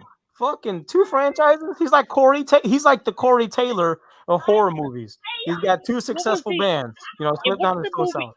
He did that one movie where It's Miles Kennedy. It's a very disturbing movie with the girl that's kind of she's like a guy now. Or she do you know which movie I'm talking about? Oh, okay. No. Emily, what's the girl's name now? Emma. No. She was Kitty Pryde in one of the X-Men movies, wasn't she? Something like that. Yeah, I'm gonna look up Patrick Wilson because this movie was so disturbing. I remember seeing it when it first came out here. Oh, he was the Phantom in the Phantom of the Opera remake. Yes, he was. Hard Candy. I was thinking of Hard Candy. Hard Candy. That's it. Hard Yeah, Candy. that just came out the other night when we were doing trivia. Yeah, for sure. That's a tough movie to watch. Yeah, it is. Hey, shout out to Patrick Wilson, man. Maybe I get to meet him one day. He's not. I want to meet Rose Byrne. I love her from Neighbors. Remember Neighbors? Rose Byrne. Like how many different things with Seth Rogen now, right? Oh, dude, she's a babe. I love me some Rose Byrne. Gosh, awesome. I could just listen to her talk all day. Shit. Dump the stipper. I just saw what you just sent, Brett. So somebody's taking pre-orders for that, huh? It's up there, Pat. But it's one of those things. Do you chance it? I guess. But if it's numbered like that, I don't know, bro. Are they gonna be standing in line to get that shit, or do they already have it? Like that's might have people going in with them. Yeah, they have to go get them there. It's like you're funding their trip when they go to the Comic-Con. You're giving them free money to do whatever they want to do. Yeah, pretty much. Yeah, he was good. Yeah, Bone Tomahawk. What a great movie. You know what? I'm going to tell you something. If it's that hard to get, if they're going to wait in line, I'm like, I get it. I get it. I wonder if they limit how many they're gonna sell. That's my concern. Yeah, I don't know. Did it have a number on it? Like, did it say like 1,000 pieces? It was 1,000, I thought, right, Joe? Okay, so that's it. So it's 1,000. But yeah, that's it. But I'm saying like per person. Like if you go there and you buy it, like what if are they gonna have multiple? I don't know what they're gonna be. What you could probably only buy one per person. Yeah. Yeah. I'm really starting to wonder, guys, too. I meant to talk to you about this. That Walmart NECA mask, I'm really starting to think there's more than 500. Oh, there's a. You know what it is? You're not. Somebody just posted in the group the other day that they saw it on the shelf too. So I'm thinking they came out with a second wave because people are posting them in different places. There's no way in hell they were sitting on the shelf with all these fuck face scalpers that want to double them up. My brother and his family went to Michigan because my parents in Wisconsin are not too far from the Michigan border. Oh. They hit a Walmart there, yes, Pat. And they had 2 of them on the shelf. 2. Yeah, so I think they came out with another wave of them. Yeah. You know what? I'll know because tomorrow I actually. Oh shit! I got to go to Manhattan tomorrow. Maybe I think Wednesday I'll go to the usual Walmart I go to that always has stuff. Yeah. So I'll see if they have them more. Yeah. You like the magician, Mike. He just keeps switching accounts. It's my neighbor. I got beer for Pat later. You know what? Now I gotta. You know what? I'm gonna have to sign a contract with my neighbor now because I'm the only one that doesn't have the neighbor now in this group. Even though he paid a visit to Pat and I one time. Yes, and he was a super nice guy. To get Scott on the show. Is he? I forget. We did talk to him. I think he was a horror guy. He liked horror movies. Didn't he say that night? Yeah. I'm going to tell you, but he's really gotten far into. He's a firefighter. Pat Ring takes Manhattan. Yeah, I got to go back to Manhattan tomorrow. Oh, lucky me. Maybe luck I'll die in my sleep tonight. I won't have to go there. Oh man, that's some good shit. So wait, where were we? Where were we on the list? Lots of fun here. I know. We left off at number 4. We all gave our number 4. So we're at the top. So we're in our now. top We're at the three. top. So my number three, which I think Stefano said earlier, he did not like. But for me, part three is my number three. I like part three. To me, it's like the most Halloween-esque movie, especially the beginning part where he's in shadow, he's hiding behind drapes, he's hiding behind the laundry. You don't see him because, first of all, he's walking around without a mask on. Yeah. Because he's not going to steal Shelley's hockey mask till later on in the film. So I like that. In shadow, it's very reminiscent of the way Steve Miner, he was shooting it almost like Carpenter shot it. Yeah. And the 3D effects Yeah. were ass cheeks because I did see this in the theater in early 80s 3D for the older people. Rob, if you're still in the chat, I would leave with a headache. I could not take those 3D movies with the red and the white glasses. It didn't look right. And by the time I left, I had a headache. I'm like, just show me the movie the right way. Keep the 3D shit to yourself because it was like this big resurgence of 3D in the early 80s. Everything was coming out in 3D. So it was better when you saw it without the 3D. But I love this movie. I think there's some great kills. I think there's some great characters in it. Yeah. Right there. Him getting, when he gets his head squeezed, the eyeball pops out. Now, is that like a tribute to Pamela Ford or Jason's mom with the sweater that guy wears? You know, I never thought of that. That's a good catch. Yeah. Could be. That's an Easter egg I never thought of. That's an Easter egg. I don't know. I'm glad when he got it. The main plot point to this. The main plot point to this movie because there's always something that doesn't make sense to me is that she was going back to this lake house, and it actually wasn't even a lake. There was no lake. It was at a barn. But she was going back to this because she had this experience where she supposedly ran into Jason years earlier. Yeah. Well, first of all, if that happened to me, you wouldn't catch my ass anywhere near that fucking place again. First of all. And second of all, it was just weird to introduce that backstory when we never saw it happen in any other film. Did that make any sense to me? To you guys? I mean, you know, it's not like it was carried over from part two. It's like, well, who is she? You know, but you never saw that. That's true. So to me, that was just a little bit of a plot point that I just didn't really care too much for. But the rest of this movie, I love Shelley. I love how geeky he is, and you feel bad for him. He's hitting on it, and he gets his comeuppance. He does get his revenge on the bikers that piss him off, and he turns around and fucking goes towards them, and so that's all fun. And those bikers get their asses handed to them. The one guy who gets his arm chopped off with a freaking machete, that was a violent kill. I was like, whoa! I remember seeing that when he shot the characters. The characters are awesome. Those bikers. The bikers were great. Yeah, they reminded me. Shameless plug for the channel. Go watch my review of the Kiss Meets the Phantom of the Park. The three bikers in that are extremely reminiscent of the three bikers in this fucking movie. Big time. I like the guy with the chain. Yeah. Sucker, let's go, sucker. And I like the Jason look in this. You know, towards the end when she's out on the boat and she's hallucinating that she sees him coming out of the barn, and the look on his face, and he's smiling. He's actually smiling. He's like, "I'm gonna fuck you up. I'm gonna fuck your ass up." That's right. Yep, he's actually smiling. I was like, "Dude, he's smiling. How cool is that?" That's awesome. Yeah. Dude, so that's my number three. My number three. Not bad, man. I gotta say, top three on my list. This one really is phenomenal. The final chapter. Part 4, man. I think to me it's just came out in '84. You go down the list of people. Judy Aronson, we got to see some. We got some good stuff to see on that. Of course, you got Corey Feldman, who came in and did a great job. The kill, where his face slides down the blade. That's amazing. I don't know, man. It's just something about this film that for me personally, it's very nostalgic, and I cannot stop watching it. And if I'm watching it and it's playing, I gotta fucking go all the way through to the end. So that movie's great for me, man. Top 3 for me. That's my number 3, man. Very, very cool. Yeah. My next one is going to be part 2. I love part 2. It was just such a tough decision here. You can't hide. I know you're there. But it's number 3. That's pretty damn good, right? I love. Yeah, out of 12 movies, that's damn good. Steve Dash, God rest his soul, he sweet guy.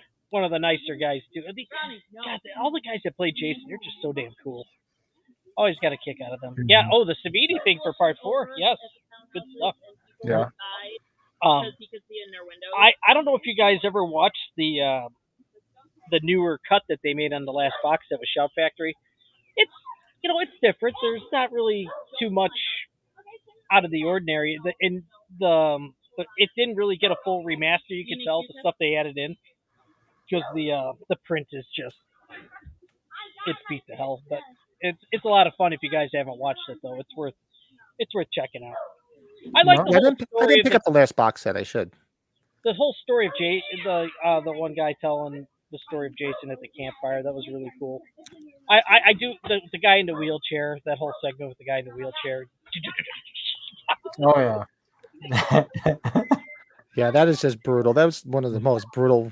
I mean, probably not the worst, but it's just so shocking that in the sound, he's like, whoa, whoa, whoa. Okay. And then, of course, the blade again is backwards. You know, when the blades. Yeah. What is it with these dull blade kills? I don't understand what the dull blade is. But anyway. Oh yeah. But Colin's right there with me. Seeing those 3D movies, man, they just give me such a headache. Oh, I wouldn't go. My U.S. history teacher. That's funny. You were talking about Friday the 13th. He always told us a story about going to see Friday the 13th 3D in the theater when he was a kid, and he was like, we went to the Burger King beforehand, and we really wanted an American flag, and we really wanted the Burger King flag, so we stole the flag. He's like, we brought him into the theater. We acted like they were blankets. I'm like, that's funny. Did you see Colin's comment right now? I have to agree there, Colin. I have to. Yes. The little shorts. Oh, yes. The little shorts. And when she goes skinny dipping. Ooh. Yes. Damn, Terry. That's Terry. Yep, a Terry's PG-13 show. I'm sorry, but he ain't lying. Yeah, she had somebody in that. Oh my God. That movie was very cheeky. Very cheeky. Cheeky to say the least. All right, so that's your number 3. Hold on a second. Killing another fly. Where am I getting all these flies from? My kids leave doors open all the fucking time, and I get flies all the time. Reminds me of that scene from Scary Movie. Oh, those enchiladas. Yeah. Hey, man, enchiladas. All them flies. They're saying hi to you, Tay. Oh, there's the other one. There's number 2. That's funny. Don't get scared with the guy at the mask, guys. Just so you know. That's Jason. No, that's Joe. Joe's got the mask on. No, that's Jason. That's Jason. Yeah. Yes. Yeah, there you go. Scary Movie. Yes, I do. You're good. You don't think I don't? So what are we at? Our top 2 now? Top 2, yeah. So number 2 for me is Friday the 13th Part 4, the final chapter. Very nice. For pretty much everything that Joe just said, but it's got some good nudity in it too. You can't complain about that. You have the double mint twins in it. Ooh, twins of pleasure. You have my God, Ted, the dead fuck. Yeah. Crispin Glover with the most celebrated dance in horror history. Yeah. And you had Corey Feldman as the younger. Why am I trying to blank on the name now? Holy crap! The kid's name. Corey Feldman's name in the. Corey Feldman. Tommy Jarvis. Oh, yeah, Tommy Jarvis just went right out of my fucking head. Holy crap! Yeah, as a young Tommy Jarvis, he was great. The ending scene, yeah, of course you mentioned with the machete. That was that's like nails on a chalkboard when he's sliding down that knife. Oh. Just such a fun, great movie. Extremely memorable characters in it, and some great kills. I mean, come on, look at what happens to Crispin Glover, man. He gets that freaking corkscrew through the hand and then a machete across the face. So good. Crazy Ted, stuff. where's the corkscrew? Ted, where's the corkscrew, Ted? Yeah. Hey, honey, got a sister? Some one-liners from this movie too that we could all just sit there and say. I mean, come on. You're such a dead, you know what? He's such a dead fuck. Yeah, I know. You got the kids around. You can't hear it. They can't hear it. That's the first thing I noticed. I'm like, oh, thank God he's got his headphones on because I curse like a freaking sailor. I love it. Oh yeah. That is too Where's the damn corkscrew, Ted? Oh yeah, that Good is old my number 2. George McFly. Oh, Yeah. Oh, George Hello. McFly. hand me my Man. notepad. A very good choice, man. My number 2 is going to be Friday the 13th Part 3. 3D. Look at you. So, Nice. I love that. man, we get the mask. Shelly gives us the mask. The women. You know what? To me, that film is all about the characters in this film. The characters are all good. They're all interesting. You guys even mentioned the bikers. Woman? You know, the guy that was what was that guy helping with the hay and all that? He was a pretty decent character. Of course, you had the nice little skinny dipping and all that stuff. Damn, the film is just fun. It kicks ass. Jason, you know, when you talked about it, Pat, when he was like smiling and he's like all goofy and you know he's just a weirdo, man. Like he wasn't scary. He was just more of like and he was also a big physical presence himself. He was a big guy. Richard Burke had the most. I love out of probably if we ever rank the walk, he has the best walk. He just walked, glided, didn't give a fuck. Remember he shoots her with the spear gun, just drops that shit, looks up like all right, who am I gonna fuck up next? Yeah. You know, Those shoulders are so bizarre, though. Yeah, bizarre. That whole extra like neck and all that stuff, all that prosthetic stuff was pretty creepy looking. It was kind of goofy. House of Nightmares. Nice, but, thanks for stopping in. Hey, House of Nightmares, how you doing? So no, to me, it's a really good film. It's fun, it's nostalgic, and you know the scene where he gets hung and he's like, he puts his arms out like that, and she's like, no, you know all that. It's so classic, man, and it's so good. That's my number 2, man. It's a good one. It's a goodie. That was a good one. It's a good one. Our Green Book says, I can't think of that entry into the series without the disco theme. Yeah, that's true. Yeah, it's got that disco theme intro. Absolutely right.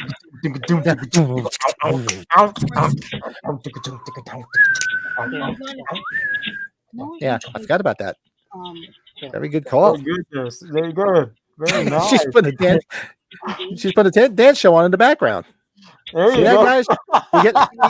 The only thing we're giving you some ranking and a show. No dinner though. So it's summertime, guys. It's the kids are having fun. It's summertime. It's okay. It's okay. She's a trip and a half. I love it. All right, buddy?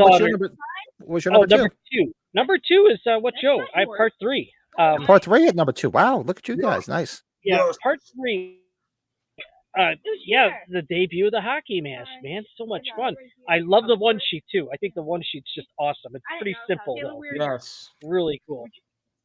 Really cool. I love the whole opening at the grocery store with the couple. The guy. Remember the guy's the publicist in House. Yeah. William Cott's at House. Yes.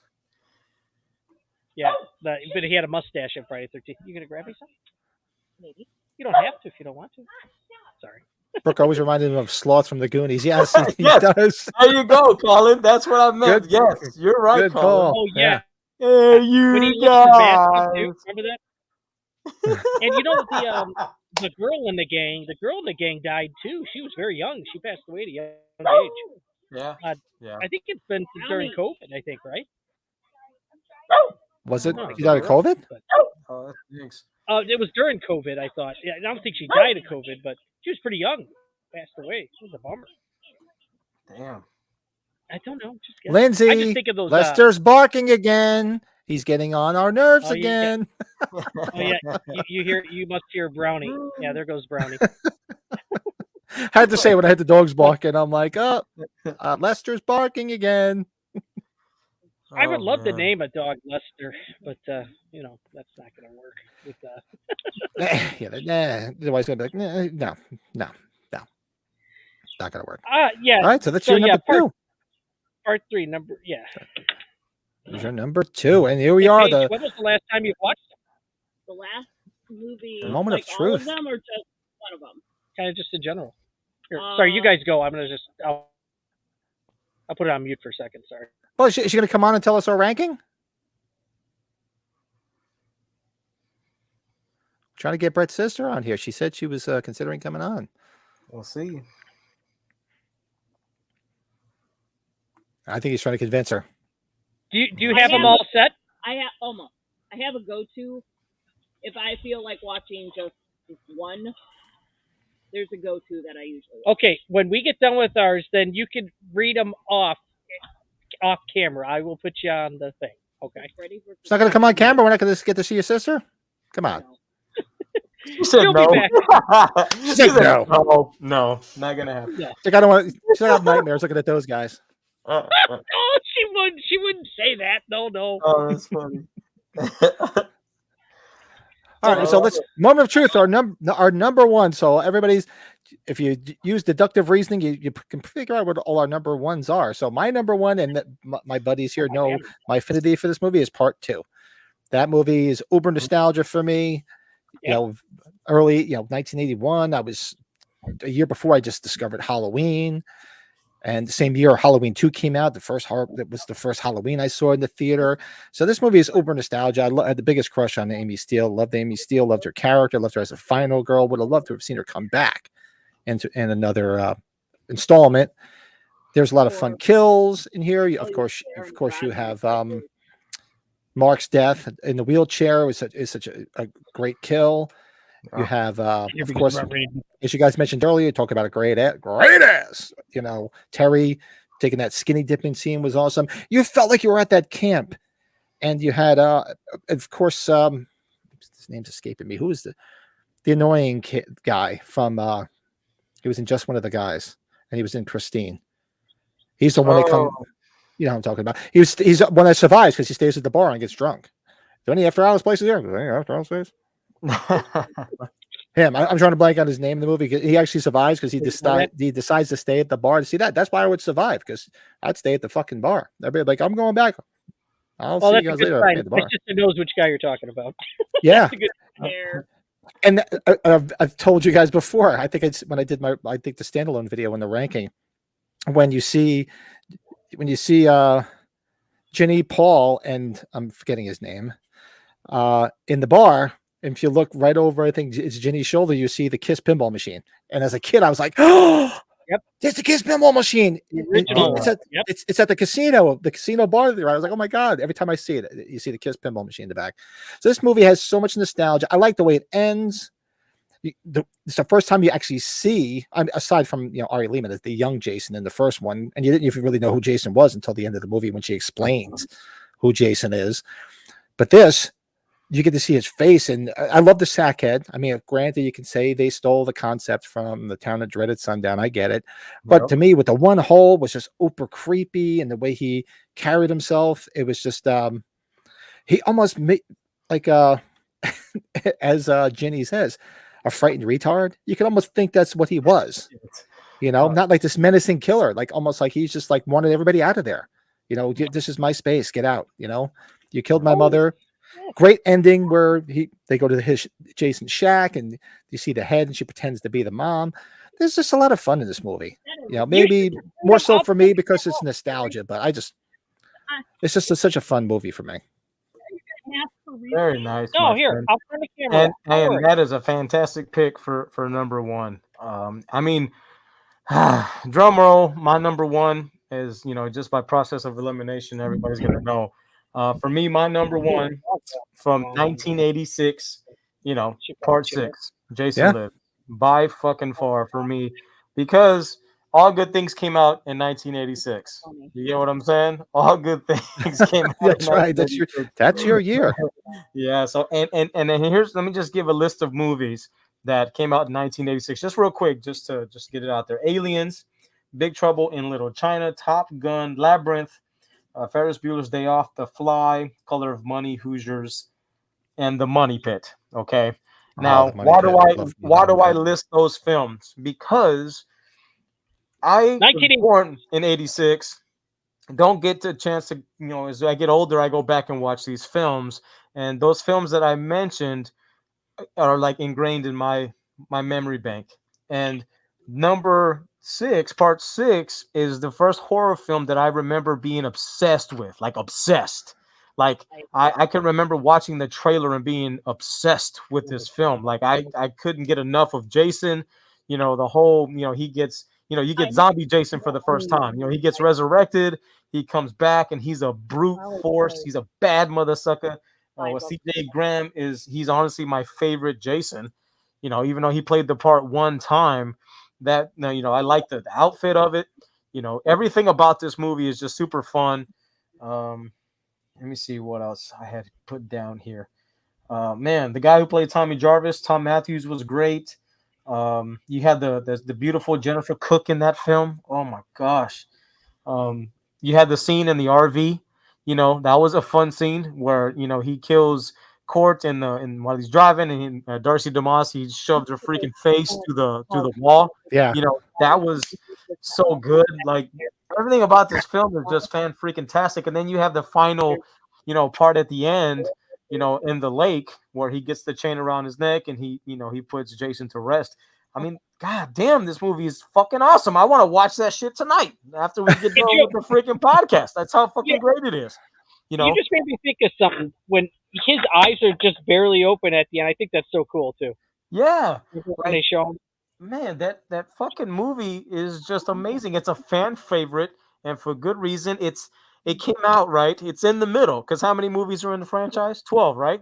Oh, Yep. So 12. So you had a time to, the early films, they kind of morphed and morphed and morphed. You got to kind of get out of the shadow of part 5, that piece of shit. And part 6 came in with a bang. And then after part 6, then it started to trail off. So to me, part 6 is the epitome of the franchise. It's that middle ground, the epitome. It took all the combinations of the elements of the early movies and the older movies, and you have what you have for part 6. Had the little comedic aspects, the little, the smiley face when he fucking rips the arm off and smacks into the tree. Smiley face, like fun shit. That movie is just fucking badass. So I'm done. That's my number 1. My sister's loving everything you said about that. That's funny. She's all. Okay, Actually, before I go to number 1, Paige, you're going to read yours off here. hold on, I just want to address this because Colin put this in there. Okay. No, I do know my sister-in-law's brother-in-law and sister-in-law did go to the show last night, so I haven't heard how it is, and I was this close to going, but we went to an Eagle Scout ceremony yesterday. By the time we got out, it was a little bit too late. We wouldn't have got there in time, and my son was uber pissed when I told him about the show because he didn't even know about it. He's like, because he likes the Misfits, but he loves Fear, and Fear was opening up. He's like, Fear. He's like, you didn't tell me. So now I'll get a update on how the show was. Yeah, but I was this close. So Brady, number 1 in the list. Okay, I'm going to have my sister because I know she wants to go and have a late. She's going to run down her movies from worst to first here. This is interesting stuff. So don't look at me like that, Paige. No. Okay, so my worst is the remake.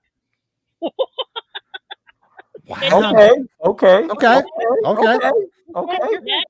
Jason is dead. You mean Jason Goes to Hell? Jason Goes to Hell. When I read that, I started laughing. Yeah. Jason's dead. Hey, no, she just combined Freddy's dead with Jason. Jason's dead. Next, part 5. I absolutely abhor part 5.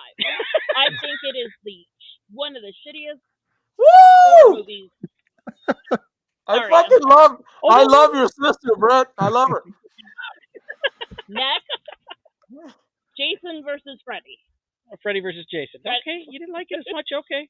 Then we go to, ironically, in the number 8 slot, part 8.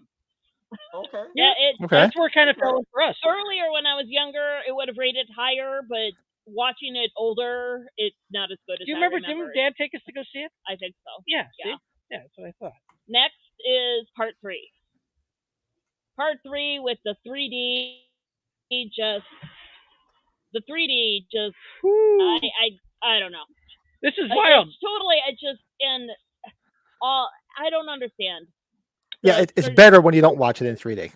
It's so bad it's good in 3D. Yeah. Then part 7 in the 6th slot. You got part 7 in? I got part 7 there. My older brother probably would not agree. That's his favorite. Yes, that's favorite his favorite Friday one. the 13th. Yeah. But I disagree. In number 5, I have part 4. Corey Feldman and just the elements of the kids and the cabin next door, and just in the ways that these guys got killed off, and that movie just very original for the things, some story choices they made in that movie. I like that. And the fourth spot, part one. I actually like part one. I like it for what it is. The entry into the series. I know it's not a true Jason movie, but you know the storylines there. At That's least, like you know, what Joe just it's said. like That's a prequel. hilarious. You know, it's a prequel that wasn't a prequel. If you want to Okay. look at it that way. True. Number I three, like that. part 6. Yeah, there Like, you that's go. nostalgic for me, and everything does hit right in that movie. The music, the comedic things here or there. There was a soap opera actor in that movie that was on soaps at the time, and I always thought it was so odd that this guy was in this movie and he was on the soap operas. Because my parents watched that stuff, and so it got ingrained in And they me when still I was watch it. younger. Luckily, I kicked that habit in my teenage years. But God bless you, Paige. yeah, number 2, Jason X. Okay, now you guys. Wait. Did you see my reaction? I was like, Here's what? why it's my number 2. I am a diehard sci-fi fan. Where is that? Get the fuck out of here. I love sci-fi. Okay, and just from the way they entered into that movie, to me, it's explainable. Okay, yeah, he's in this secret military base, and now they were gonna go put him in cryo freeze, and mistakes happen, and he ends up in space, and the different things like with the cracking half the girl's face off that's been frozen is awesome, and then the virtual reality. I love all the different things with that movie. Big sci-fi fan. I There, just yeah. do. I love it. Number 1 is part 2. Look at What? that. Hey, Yeah. you're good, you. If I am, That's a 78 baby here. if See? I need love a it. little fix for Jason, my go-to is number 2 or Jason X. Those are the two I will rewatch all the time in lieu of all the other ones. I would only really watch all the other ones if I'm doing a marathon. Now, Paige, see, now you just gave yours. I think we're gonna have to go back to your Halloween as a spot. You're gonna have to come on for a spot for Halloween one Yeah. because she's a Halloween lover too. I got a question though. Is there any alcohol involved with this decision making? Completely sober. I love it. I love it, dude. I love it. I love it. She drinks very rarely for medical reasons. So. No, I'm just teasing. I'm so glad. No, I get it. I understand why this movie, this list, and the way I did it is out of left field. I get that. But that's what's so great about this. Yeah, that's what's so great. I love it. People experience things in different ways, and this is how I experienced mine, and that's, you know, and like my brother said here, our older brother rates number 7 number 1. Yeah. Hey. He loves the fact that she has psychic telekinesis powers. Yes. But Bernie's in it without a mustache. Yeah. Yeah. Colin's gonna Yeah. You know, it's good. It's got its own merits, but I wouldn't agree with his number 1 choice. Well, and you know what? He hates this new last Halloween trilogy, and he hated them all. Hated every single one of them. Hated every single one of them. And 78's his favorite movie. Oh, that's funny. You guys would be surprised by my Halloween list. No, well, we're gonna do that one next time. I'll talk to Pat and Joe about it. Yeah, you got to come on, please. You got to. Please. and next time you're gonna come on camera, right? You gotta come on camera. She'll come on camera. I've been in a pool for 2 hours. Yes, next time I'll come on camera with some preparation. Just I look like a drowned rat right now. Fair enough. Good God, Paige. Well, thank you. I know you're hungry. Thank you very much. Thank you. See you guys later. Okay. Bye. That is our ranking of Friday the 13th. I had part 4 as number 1. I know I didn't, but Oh, you had part 4 as well. We didn't. Yeah, your number 1 was part 4. We didn't let him go. I guess it was just fun hearing the system. And he's froze. Are you still there, Brett? Oh, you just frozen. Are we losing you? No. Oh, darn it. Brett is frozen in time. I'm sure he'll be back. If he drops off, he'll be back in. So that was a blast. That was a lot of fun. Yeah. It's nice. I mean, it's funny. I think from like almost from part 5 on, we were all pretty close. And then as we got lower, it changed a little bit, which is cool. That's awesome. It's great to see everybody's different point of view. That's what's nice about, when you do these things. Not everybody, it's more fun when not everybody is on the same page, because you can hear different reasons why. Oh, absolutely. Yeah, Brady said that his battery died. He'll be back soon. Oh, okay. Yep, I just saw that. He just said that. So we'll have Brett back shortly. No, but I was just teasing her, because that's the beautiful thing about being able to rank films, is that you may not agree with everybody. Your list may not be comparable to everybody else's, but who gives a shit? You're going to get criticized for having an opinion. That's just the way it is. And there's no reason with that. I love her list. I love the fact that she had her opinion, and I loved it. I loved it. So anytime, please come on and give us your opinions, please. Yeah, that's fine by me. All right. So hopefully everybody get back on in a couple of minutes. We got meantime, what do we got left going on the show tonight? We're going to do our quick review of The Fog. So we're doing our, for those that don't know, or those that are in the chat that do know, every Tuesday night, with the exception of the last 2 weeks because we moved it to Monday. This Tuesday we're back to normal. We're going back to our Tuesday night slot of doing our watch along, and this Tuesday is one of our favorites. We're doing The Fog. So we thought it'd be fun to just revisit it and do a review of it right now, and then we're all going to watch it on Tuesday night.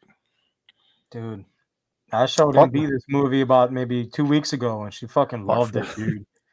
Oh, she had never seen The Fog before? She had never seen The Fog, and she got a kick out of all the characters that she had seen from all the previous John Carpenter films, and she's she's so new to the franchise that she doesn't understand, but it's good to see somebody's brand new point of view when they watch it. Like, hey, that's so-and-so. Hey, Jamie Lee Curtis. Hey, that's so-and-so. Like, she got a kick out of that shit, man. It's so cool.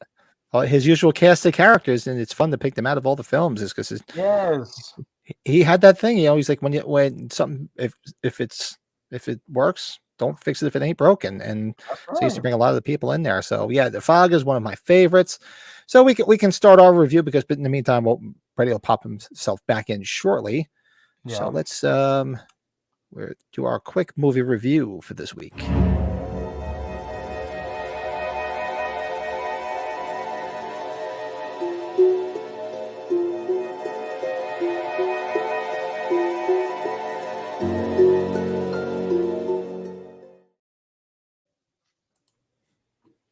It's got some chills on the crack of my butt. the hair in your crack is standing right up. Yeah, I got scared for a second. Creepy. So this movie is, talk about nostalgia, is another one that's uber nostalgia. I did not see The Fog in the theater. I saw it on HBO. Yeah, I did not. I remember seeing it on HBO for the first time. And of course, I was in love with Halloween because I'd just discovered Halloween.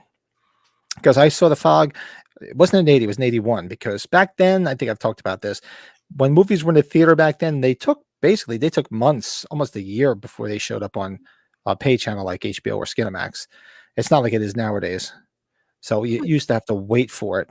So I saw it, I think, in 81, and I just absolutely fell in love with it. I love the score, of course, was in my top 3, I think, when we did the scores. I love the atmosphere of it, the ghost story aspect of it. The way it's lit, it's a dark film, but you can see everything that's going on in the dark. That's my biggest gripe about some dark films, that you can't see what's going on in the dark, but the way this is lit, you can actually see everything, which is nice. The characters are fun. And now you got to remember, this is 3 years before Season of the Witch, so we didn't have Grab Ass Atkins yet. So this was his debut of Grab Ass, where he picked up Jamie Lee and banged her. Bro, he slid into that so easily. I was like, come on, man. Yeah, picked this beautiful girl up, took her home, didn't even know her fucking name, and he's banging her already. Fucking bastard.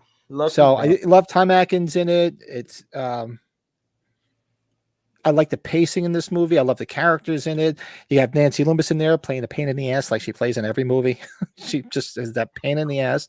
And she was a good foil. She worked very well with Janet Leigh in this. And this was, albeit they did something, I think they did a Love Boat before this, but I think this was the first movie where they appeared together. But correct me if I'm wrong in the chat. I think it was the first movie on camera with the two of them. I could be wrong. I'm just thinking out loud. Sure. So it was great. Janet Leigh was great in it. I love the effects in it. You had the effects were used well because you don't see a lot of what's going on, which is better. It's still in the shadows. This fog, you see this fog, and even when they're knocking on Mrs. Colbert's door, you just see a silhouette. You don't see what they look like. The only time, I think the first time you really got a good glance at some of them, and they were still in shadow and smoke, was when the seagrass was out in the water and they first saw the boat, the Elizabeth Dane. Yep. And that was a great scene too, because you remember, it's like, there ain't no fog bank out there. Yeah. Guess what? There's a fog bank out there. There's a fog bank out there. Yeah. Fog bank out there. And you have the great Charles Cyphers, who seemed to get younger after Halloween for some reason. We were discussing this. The other day, how he looked like he got younger as he did more movies with Carpenter. I don't understand it. And of course, he's in the weather bureau. And he's always talking to beautiful Adrienne Barbeau, and he's always hitting her, trying to get together with her. Adrienne Barbeau was great in this. I love her character. I love the story in the beginning where it sets the scene. Oh, with Mr. What's his name? Old Mr. Macon, which was Macon. There you go. God, I'm forgetting them. Help me out in the chat. I'm forgetting the actor's name. He's long dead. It's if you like ghost stories, this is a great ghost story. It's not a slasher film. It's a ghost story. I mean, sure, people getting killed and because you have that aspect of the horror movie, but it's a great ghost story and it's told very, very well, very, very well. And you have the whole underlying thing of the conspirators that they're killing. They're come back to kill 7 people, the 7 conspirators who conspired to kill them because they wanted to create that leper colony. And it wasn't in Antonio Bay. It was a little bit close, but them being, the Catholic Church and most people being dicks, they wanted nothing to do with them. They wanted to hide them away. And Hal Holbrook is great in this. You get the little cameo as John Houseman is the guy that you're talking about. John Houseman, thank you. Whoever threw it out there, you saw it. Yeah, John Houseman. You have the great cameo of John Carpenter as his helper. As a helper, yeah. So I could talk about this movie all night long. That's why we're watching it on Tuesday, because we're gonna probably just keep going with the Carpenter movies. But this is just a great movie. It's a well-told story. It moves. It's got a great pace. It does build up. I mean, it's sort of like the Halloween buildup, where it builds and builds and builds to the point where they're chasing Adrienne Barbeau up onto the roof, and she's cornered, sort of like Rory being spooked and stalked the whole way into the closet at the end of the film. So it's got the pacing. And so, I mean, of course, you had the 2 people that did Halloween do it. Yeah. Makes sense. So for me, this movie is uber nostalgia. And because we give rankings 1 out of 10, I would give this a 9. That's that's just my personal taste. The Fog is right up there with Halloween for me. I love it. Great score, man. I mean, John Carpenter is Bennett Tramer. That's pretty cool. Yep.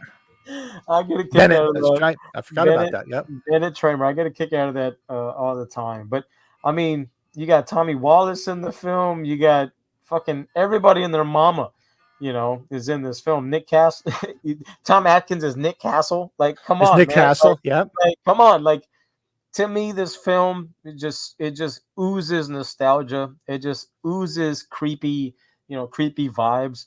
I remember watching it when I was a little bit, I was like maybe in my 20s and watching this, and I'm just like, no big deal.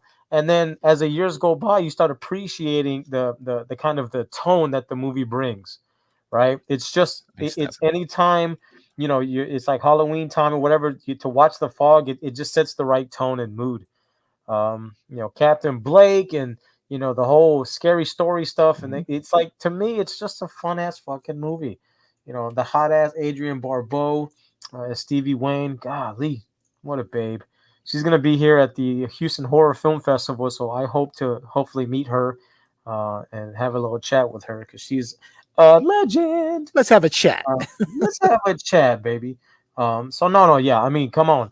It's one of John Carpenter's good movies. I mean, we fucking love the man. We love his work. Simple. I'm gonna keep this one short and simple. I wish Brady was here because I know he loves this film just as much. Yes, he's a big fan of this film. Yeah, and you kind of already kind of hit a lot of the major points. And for me, it's got to be 10 is a perfect movie. 9 is like damn near perfect. I got to give it an 8 sushis out of 10. Just because, man, you can't go wrong with this fucking movie, man. You can't go wrong. See, Slasher Fred. Hey, what's up, man? The fog feels like a pre-Nightmare on Elm Street because in both movies, both villains come back to take their revenge on this descendants of those who killed them. True. Yeah. And I didn't even mention when I was given this. I remember when I first saw this. There was a few movies that did scare me back in the day, and this movie, it didn't scare me. I enjoyed it, and I still enjoy the hell out of this. I can watch it. I could put it on tonight again because it's just one of those movies you can just always watch.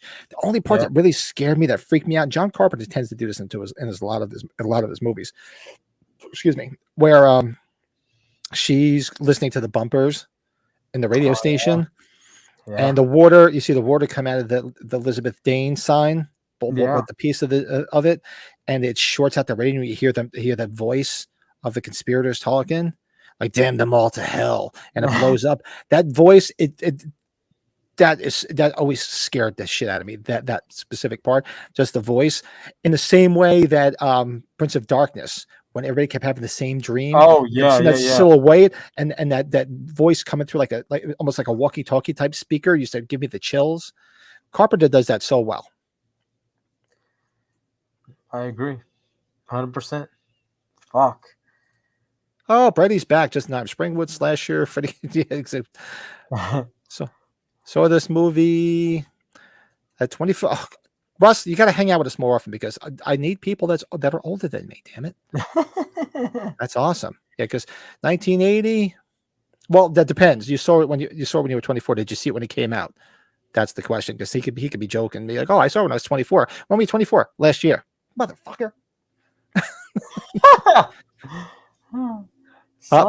Let's bring Brady back in because he's right there waiting in the wings. We're doing our review. We just gave our review, brother.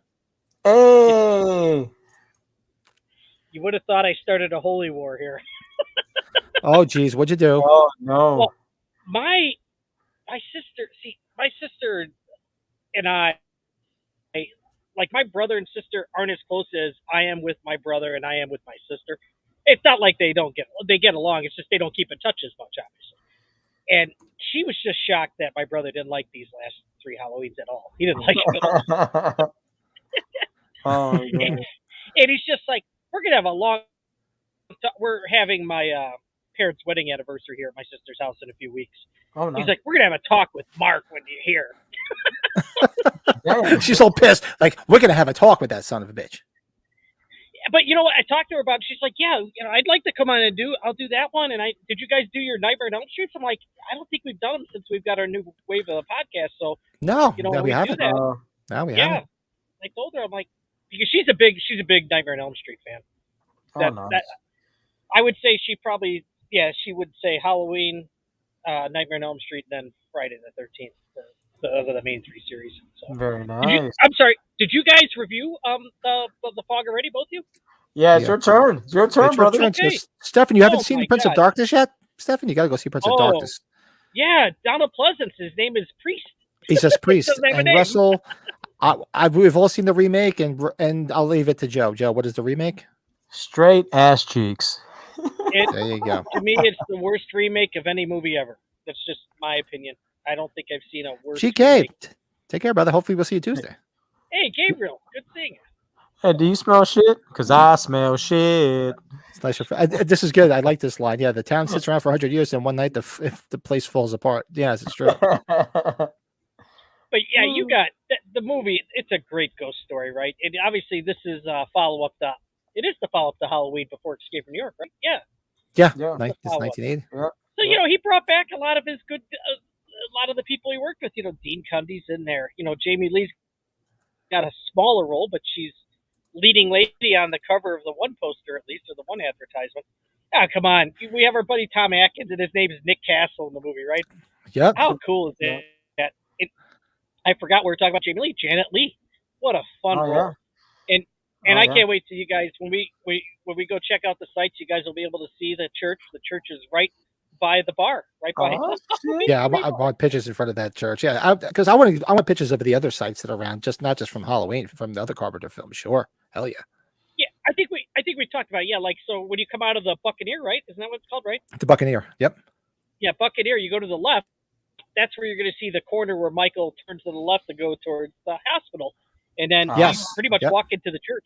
He's walking to the fog church right there. The It's just church is kinda right funny there. how that's how that's all comes about there. That's kind of cool. But yeah, this is number 3 for me on Carpenter's list. It has a phenomenal score. I saw some guys commented about that, and you guys probably said that too. If you guys great haven't score. picked it up, there is the one double disc that has some stuff from the movies in it. I think it's the CD soundtrack. I don't know if the LPs are like that. The vinyls are on there. But, do you have any Good vinyls of this, catch. guys? No, I don't. But this is a No. good catch by Slasher Fred. I forgot about this. In the original Halloween, Laurie says that she would rather take Dick Baxter to the school dance. And in the fog, one of the fishermen who gets killed by the ghosts is Dick Baxter. Remember when he's saying, I just saw Dick Baxter however many weeks ago, and he was fine. And now it looks like he's been underwater for like a month or something like that. And that's the guy from Assault on Precinct 13, the actor's name. What's that actor's name? The anti-hero, the one... Sorry. I'm just bending down because The I knocked my one, freaking mouse underneath my desk somewhere. I'll be right back. Hold on, I got to look up that guy's name unless somebody puts it in Yeah, the it chat. rolled right off the thing. I'm like, where did it go? Damn it. There we go. Now I'm Is it Darwin Jostin? Is that his name, right? Darwin I think Jostin? so, yeah. Napoleon Wilson, right? He's the guy with the glasses. That scene's pretty effective, too, where that body comes up, right? Oh, very creepy. That is creepy as all hell. Yeah, Yeah. it really is. And nice the way it was lit in the background. And of course, Jamie Lee, the Scream Queen. That was, well, let's see. But Stevie Was Wayne, that out- though, Adrian Barbeau. Ooh, first one. Was to this go. out before Terror Train? I don't remember the timeline. Good question. I can't remember if this was out before Terror Train or Prom Night. I'm trying to remember. Terror I Train's forget. 80. So this is 82. Yeah, because I know they were right around the same time, but I didn't know when. I have to look at the release dates. And I quite ironically, this is one of the few success stories, Pat, that had reshoots kind of made it a better movie, if I'm correct, right? yes, yeah. If you That's do, from yep. yeah. Yep. Oh, great soundtrack. The great score though. I think Hal Holbrook though. Come on, Hal Holbrook is Father Malone. Oh, good stuff, right? I love all the stuff at the beginning though, when like Nancy Loomis's chair moves, right? That part's great. And the bottles in the grocery store. And then we have a cameo by John Carpenter. Did you guys talk about that? Bennett Tramer. Yeah, for sure. Father, when do I get paid? He's freaking. That's Can I right. get paid? It's kind of fitting. It's kind of like his like little Stan Winston nod, even though Stan Winston did it later. But this is fun. But you guys, what did you guys give this? I'm sorry. I gave it a 9. Yeah, I gave it an 8. I'm going to. Yeah, I got to give this a 9. It's just Carpenter, for great Carpenter here, and I love that scene too, where they go get the kid out of the house, and Oh you know yeah. they're trying to get the truck started. Oh, This is Cobridge, which is the boy from Halloween 2 who gets the razor blade in his mouth. Oh. yes. Something. Oh God. I know. I'm going to draw a blank on his name. He was at age 40, I believe. No shit. He could be at age 45. I'm sure he'll be there too. Yeah, I'm sure he will be. What's the Oh, we got Dan the Weatherman, right? Charles Cyphers, right? You got him in there. Yep. That's a lot of fun. Yep. Trying to bang Stevie Wayne. He's a horny little bastard in that movie, man. He's That's a lot of good. He's a lot of fun. You know, we do the watch along, Pat. I'll make sure to I'll get all the pictures out of my stuff of this film, and I'm so glad Joe got one of the figures too. Ooh, can't wait to get that one autographed. Oh, can't wait. I can't wait. And I'm also going to ask for a photograph of her from Swamp Thing to get signed too. Swamp Ass. Topless, yeah. It's gonna be. I was about to say it's gonna be the topless picture. Yeah. Just sign Hopefully just right hopefully- across your knockers, hopefully she doesn't get mad at me. and like a nice green, like the Swamp Thing green, right across her tits. And then if you ever do a meet and greet when Carpenter's playing with his son, be like, "Look, I got a picture of your mom." That would be funny. That would be Go Your your mom's a- ball. Oh, that's a nice tits. Some nice Hooters. Nice Hooters. Yeah. How much do you think he probably got the Biff Tanner line before? Say hello to your mom for me. Oh yeah, Yeah. I get that a lot. Oh my gosh. That is our review of the That's fog. 9. Let us know your review either in the chat, your score. Let us, or if not after the fact, in the comments below. We love this movie. We'll be watching it.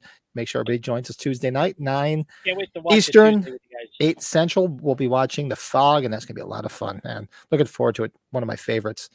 I almost considered saying, maybe I'll watch it tonight, but I'm like, nah, I'll save it for Tuesday. Did we bring up Buck Flowers? He's one of the guys in the boat, right?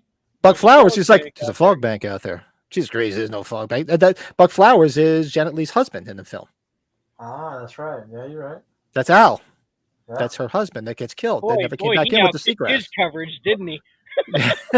Yeah, I do. When I had this, I'd be the president. I Oh my god.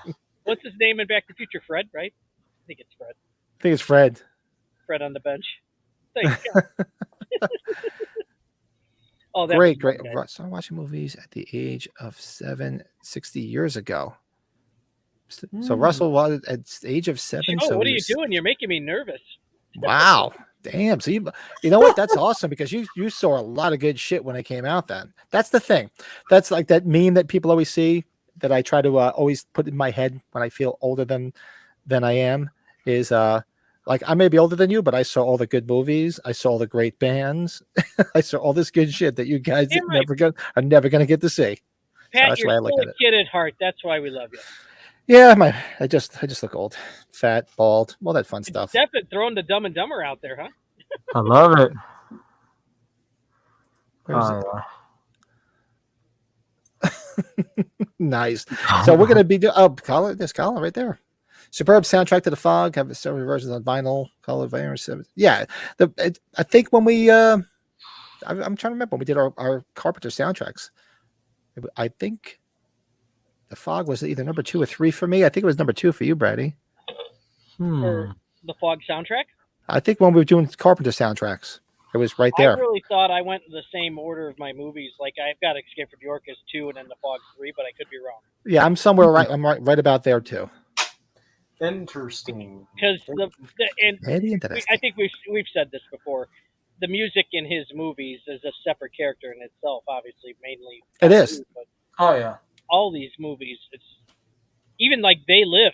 Even though it's Alan Howarth in there too, still effective stuff, man.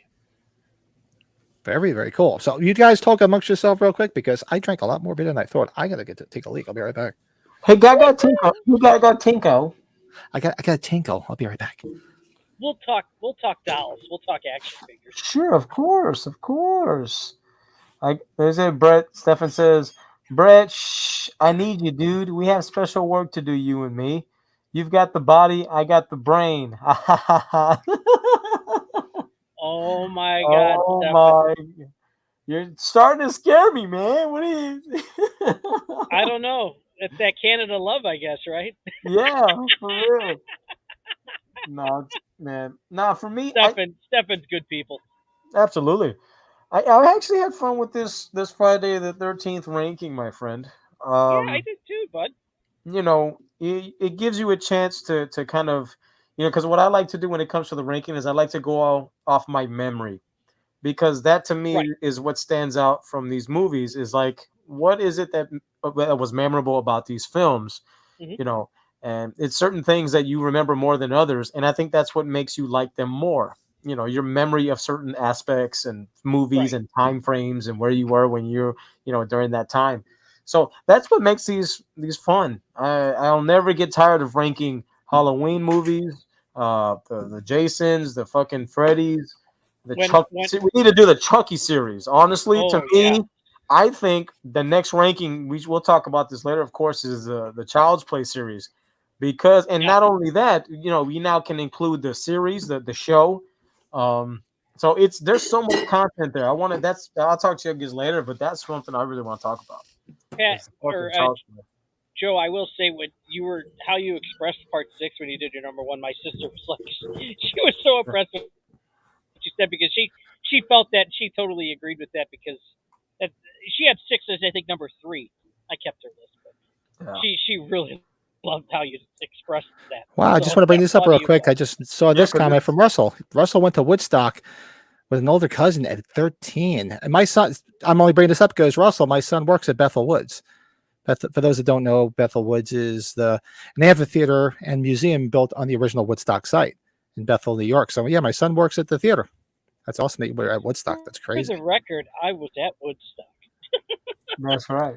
You ever see that Quick Change with Bill Murray, where he's robbing the bank in New York? Remember that movie where he's the clown?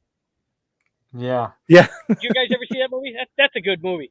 And remember, they're at the apartment. I Phil forgot about Hartman that and his movie. wife come in. For the record, Yeah. I was at Woodstock. I forgot about that. That's a movie I haven't seen in a long time. Holy crap. Yeah, as another All right, so movie let's- he came in to co-direct. But anyway, Let's do our top 5.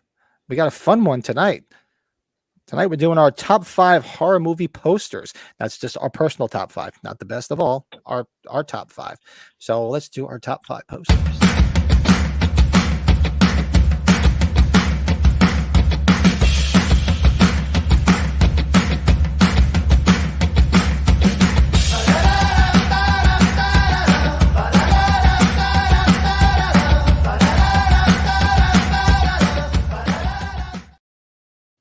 Whoa. That was gnarly. Our top 5 horror movie posters. Now, those are just our personal taste because believe me, there's so many, from the Universal Monster ones to some B movie ones that are really cool. I mean, there's some crazy ones, but I just kind of said, you know what I picked 5 that stood out to me. And Yep. some might be a little bit predictable because of my background, but I had to just do what I had to do. What I had to do, just like I just did. I had to take a leak. I had to do what I had to do. Gotta do what you gotta do. All right, so I'll go with my number 5. My number 5 is a very nostalgic movie for me, and I love the poster. Seen it as a kid. It's the original Night of the Living Dead poster. You bastard. Did you have that? I'm gonna pull an audible, but it was. Yes, I did. It's because it's number 5. That's awesome. Is it the red and the black? The red red. It's black and white, but Black there's and white one- with the green. yeah, the red on it. Yes. Absolutely. That movie, because that movie is just that's in my top 5 movies, or top 10. I can't even say I have a top 5. I have to have a top 10 movies. And I just love Night of the Living Dead. I remember took my son a couple years ago to the 50th anniversary screening. It's just so much fun. Love that movie. Wow, dude. That is amazing, bro. That's a fucking classic. Honestly, for me, I guess we'll still go clockwise. You guys okay with that? Mm-hmm. Man, to me, this one was real cool because it's just, you'll just know. I'm just gonna say it. 1985's Reanimator, man. Oh, I forgot about that one. Good one. Reanimator is just the best. You know, Herbert West has a good head on his shoulders and another one on his desk. That is the best poster that's ever. cool. That's the best, That's man. cool. Fucking Reanimator rocks. So that's my number 5. That's my number 5. Very cool. Matt, I only wanted to send you one picture because it's obviously for obvious reasons why I sent it to you. I don't know if you can put it in. I just messaged it. Did you This is send it my to me? Number 5. It's my number 5.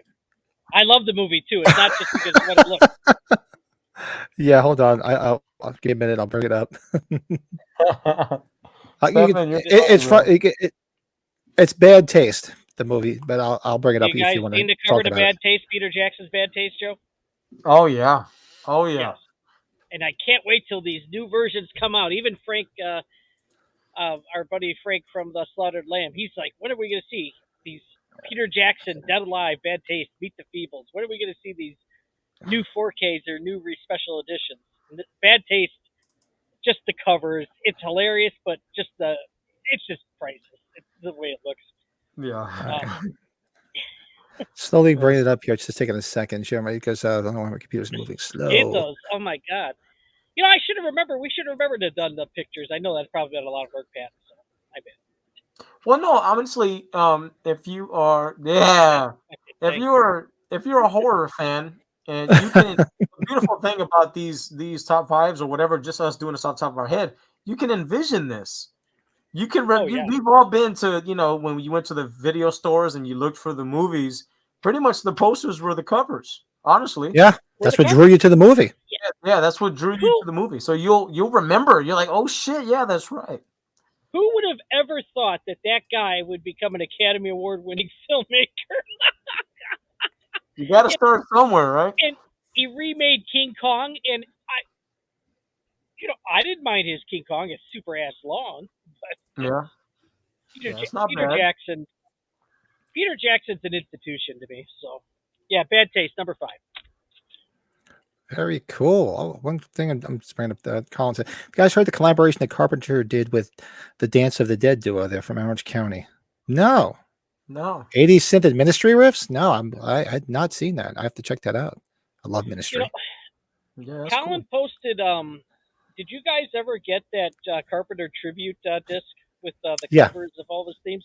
Yeah, Colin posted that not too long ago. That's awesome. It's very underrated. A lot of people, I don't think, know about it as much. You just don't hear too many people talking about it or post anything about it. That's really cool.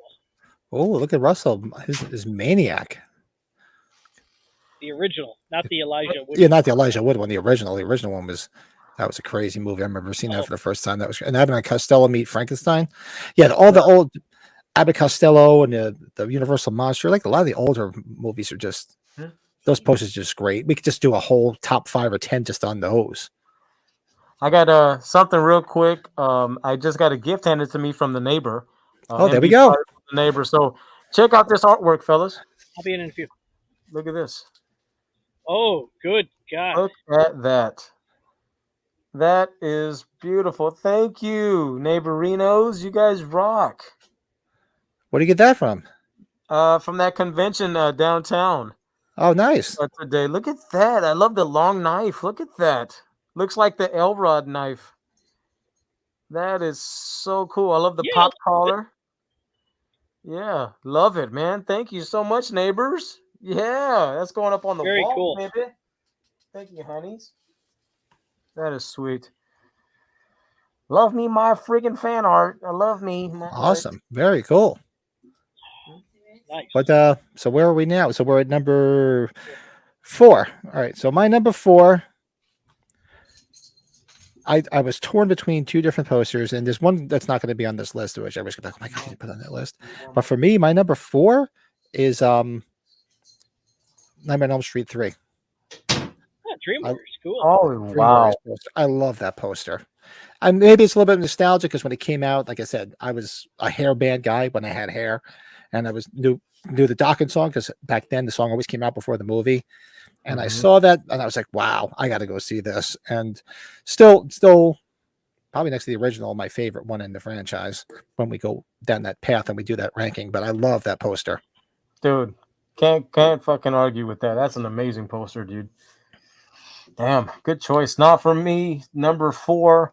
I remember seeing this every fucking time I went to a Blockbuster or a Hollywood video. Okay, I remember seeing this all the time. That movie Dead Alive. Oh, yeah. From 1992, yes. Yeah. Peter Jackson, baby. Yeah, that's fucking, you're right, brother, where she's got the girl and she's pulling the mouth open, you got the skull face in there. Golly, that great to poster. Me, that poster is just etched into my brain, seared into my fucking brain, man. And it was an honorable mention for me here. So yeah, man. So and the movie's good too, in my opinion. So I like that. I did like the movie. Yeah, that's my number 4, man. Cool. I was trying to stay away from some franchise ones. That was I kind of wanted to do something just a little bit different. So mine, like I didn't include any Halloweens. If you guys included Halloweens, totally cool. I just went. I have one, surprising, but only one. Number 4. It's a movie we all like a lot. Shocker. I love the cover with Horace Pinker. Yes, that's fucking sweet, dude. Yeah, good stuff. That is a great poster. Yes, I'll admit that is awesome poster and fun movie. God, I love that film. Horace Pinker. Another movie. It's like don't try not to be so nitpicky about it. Take it for what it is. It's fun. Just yeah, the guy traveling through. I like the way you think, Russell. Night of the Creeps. Very nice, my friend. And Dead Alive too. Hell yeah. I'm liking the way you think. So my number Where is it? Where we at? Number 3, right? Yeah. Yeah. So my number 3, and believe it or not, is the only Halloween entry into this franchise. My favorite poster is Halloween 4. Yeah. Really? It's arguably Yeah. the best poster of the series. It's in the my best opinion. poster of the series. It absolutely is. And it's the biggest scam of the series. Yeah. Because what you were sold in that photo, you did not get in that film. Not to say I love Halloween 4. It scores very high. I love it. But you didn't get what you saw in that poster. But the poster, I love the poster for H4. I believe Pat says you got Ronald McDonald instead, right? Yeah, instead of getting the OG, you got Ronald McDonald with no makeup on. Oh God, when you see him sit up next to when Jamie sees him sit up the first time in the bedroom, he's just like, "Would you like fries with that?" No. That's fucking funny. Fatal Attraction and Basic Instinct. Oh my gosh. That is Fuck, too I funny. just put my RoboCop poster in my frames to this weekend. Oh, That's nice. a badass poster. Oh, Well, fuck yeah, dude. Aren't they doing a remake of Fatal Attraction? I just saw that somewhere. It's a TV show, or it's a show? miniseries on Paramount. Okay, I Yeah. saw that somewhere that they were doing that. I don't know who's in it. I will not be ignored, Dan. It's that girl. Oh. It's the girl. She was in Mean Girls, but she was what's her name? Lucy Chaplin or Lucy Kaplan? Isn't she the girl that Cusack's in love with in the Hot Tub Time Machine? Remember, ends up being with her when they get back into their. Yeah, she's the Glenn Close character. Oh wow, You're Colin's like, got a bunch here. Too many cool posters to list. Escape from New York, absolutely. Night of the Living Dead, yep. Evil Dead. The Warriors. Oh yeah, the Warriors. I didn't put the Warriors. Yeah. We on talked there. about this with Love it. Colin. Yeah. I would have thought Colin would have had Amityville 2 because that Amityville 2 poster is awesome. It is really cool. Yes, it Yeah, is. It Actually, is. this White Zombie with Lugosi. That's a good one too. That's why we could always go down the rabbit hole and do like the classic films. Oh, yeah. Because Oh, there's so God. many of them. Crap. Way too many of those. Absolutely. So that was my number 4. Three. My number 3. So what was your number 3, Joe? Number 3, it is very minimalistic. I love the black and white image of it. It's the one from 1982's Poltergeist. Ah, yeah. Where Yes. Carrie Ann, she's in front of the TV, and you got the tagline there, here. Like, man, you should see that all the time. And I love how simple it is. But that movie, man, when I watched it when I was a kid, man, it fucked me up. It's fucking scary. So that's my number 3, Poltergeist. Poltergeist. Such a good poster. Mm-hmm. My number 3 is a fun one, and we've talked about this before. It is House from 1985. Ding dong, you're dead. Oh, yeah. So cool. Oh, yeah. Such a good movie. I love that movie. Even House 2's poster's cool, too. It's not as good Yeah. of a film, but it has its moments. You're So right, number man. 3, House.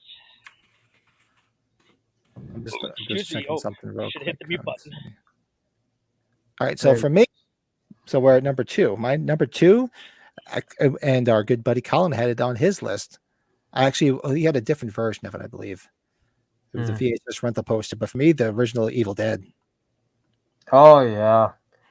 The hand like this, the black and blue. Iconic image. Yes. Yeah. Iconic. I love The that. best. The best. The original Evil Dead. I love that poster. Can't go wrong, man. That's fucking iconic, dude. Oh, he said First Blood, Colin. Yeah. First Blood, man. Wow. That's a good one. Fuck, man. I love this. This is such a great fucking subject. So my number 2 has to fucking be The Creature from the Black Lagoon. That was just my honorable mention. Man, come on, man. Like you just, it doesn't get much better. This isn't it, but the fucking, what I'm talking about, where he's holding the lady in his arms. Like, man, that is just either in black and white or in color. That's the best fucking poster ever. I don't give a shit. That's fucking awesome. Yeah, Fuck. it's good stuff. My buddy next door is throwing out a good one too. The Shining. Oh yeah, Absolutely. Yeah. Shining, yeah. Big How about time. that? Spit on Your Grave is good. Yeah, that's a good poster. Spit on your grave. Hills Have Eyes. Yeah, Hills Have Eyes. Ooh. Oh, So we're at number. Russell's showing in Tom Atkins' line because he put up the Night of the Grease before. Good news is your dates are here. The bad news is they're dead. They're dead. Thrill me. That's right. Such a great movie. Yeah, the House of a Thousand Corpses poster is actually pretty cool too. I was always it's very not Yeah, bad. I actually Rob Zombie's posters to his films are Are like usually we very talked good. about. His H1 poster is just awesome with You all can the. just look at it all the time. You always find something different when you look at it. It's like the Yeah. Where's Waldo of Halloween posters. Yeah, Yeah. there's Waldo. For real. Your neighbor just brought up the one I was gonna say, number 2, The Lost Boys is such an awesome poster with the characters and the colors. I love the red and the black, and just yeah, as you guys, I think I've shown you guys. I started getting signatures on that one. Obviously, there's a couple that won't be possible, but yeah, Lost Boys is number 2. Wow. Very, very cool. And this one,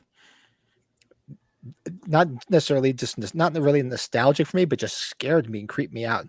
The original Texas Chainsaw Massacre poster. Oh yeah.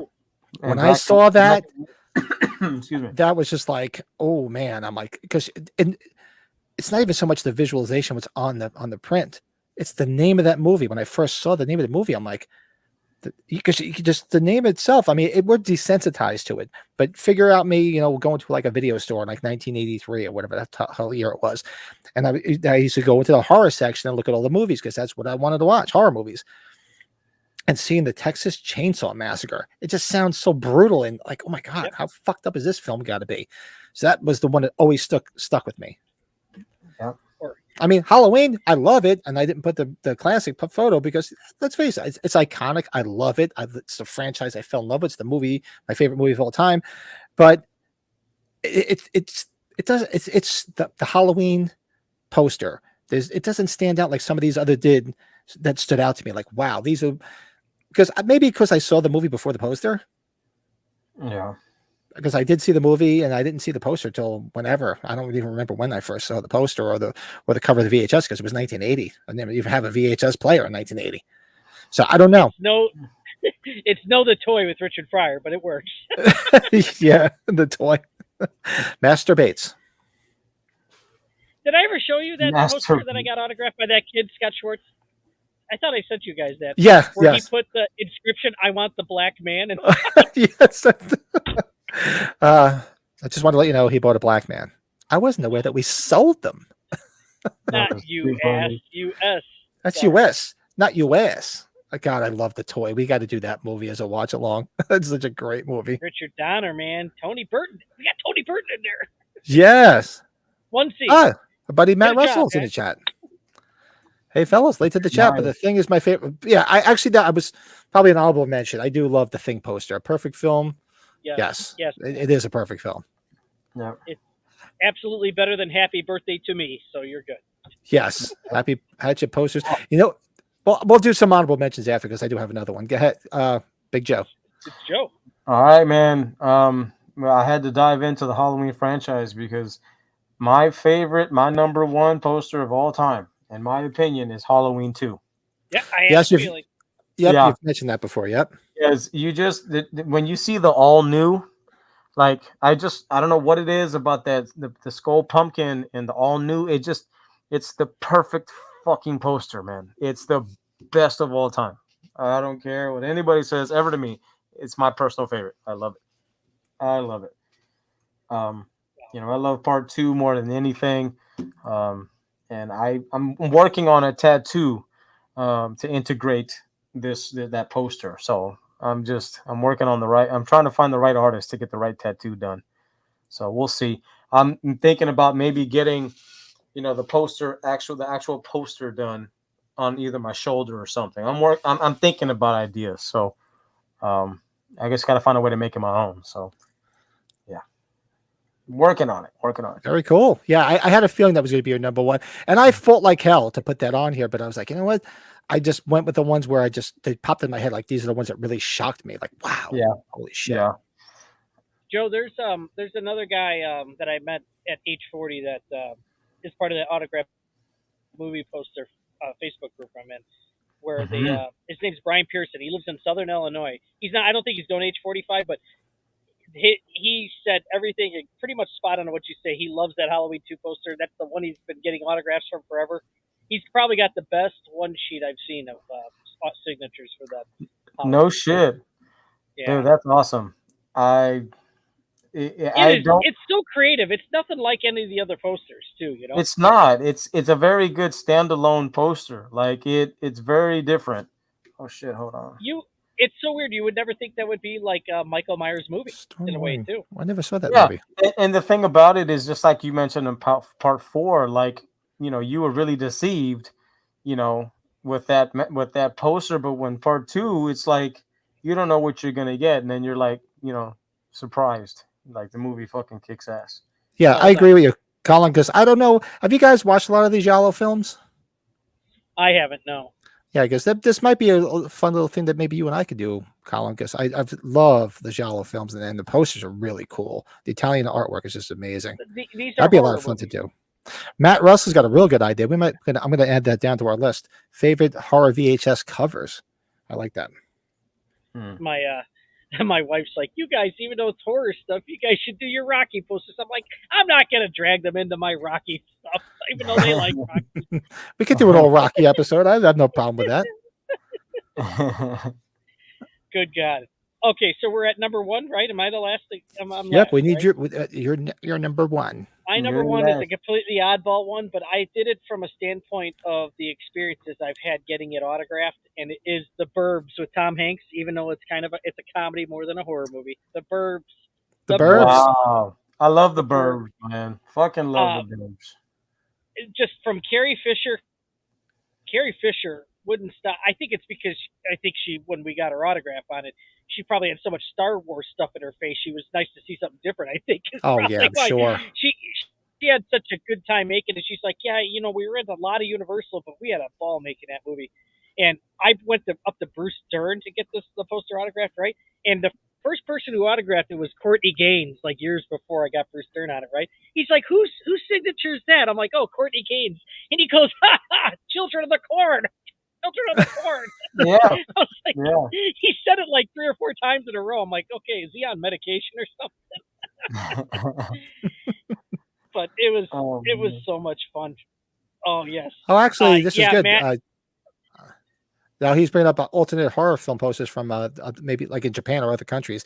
Stick around for our collectible spotlight. I pulled one out. Excuse me while I whip this out as my collectible spotlight.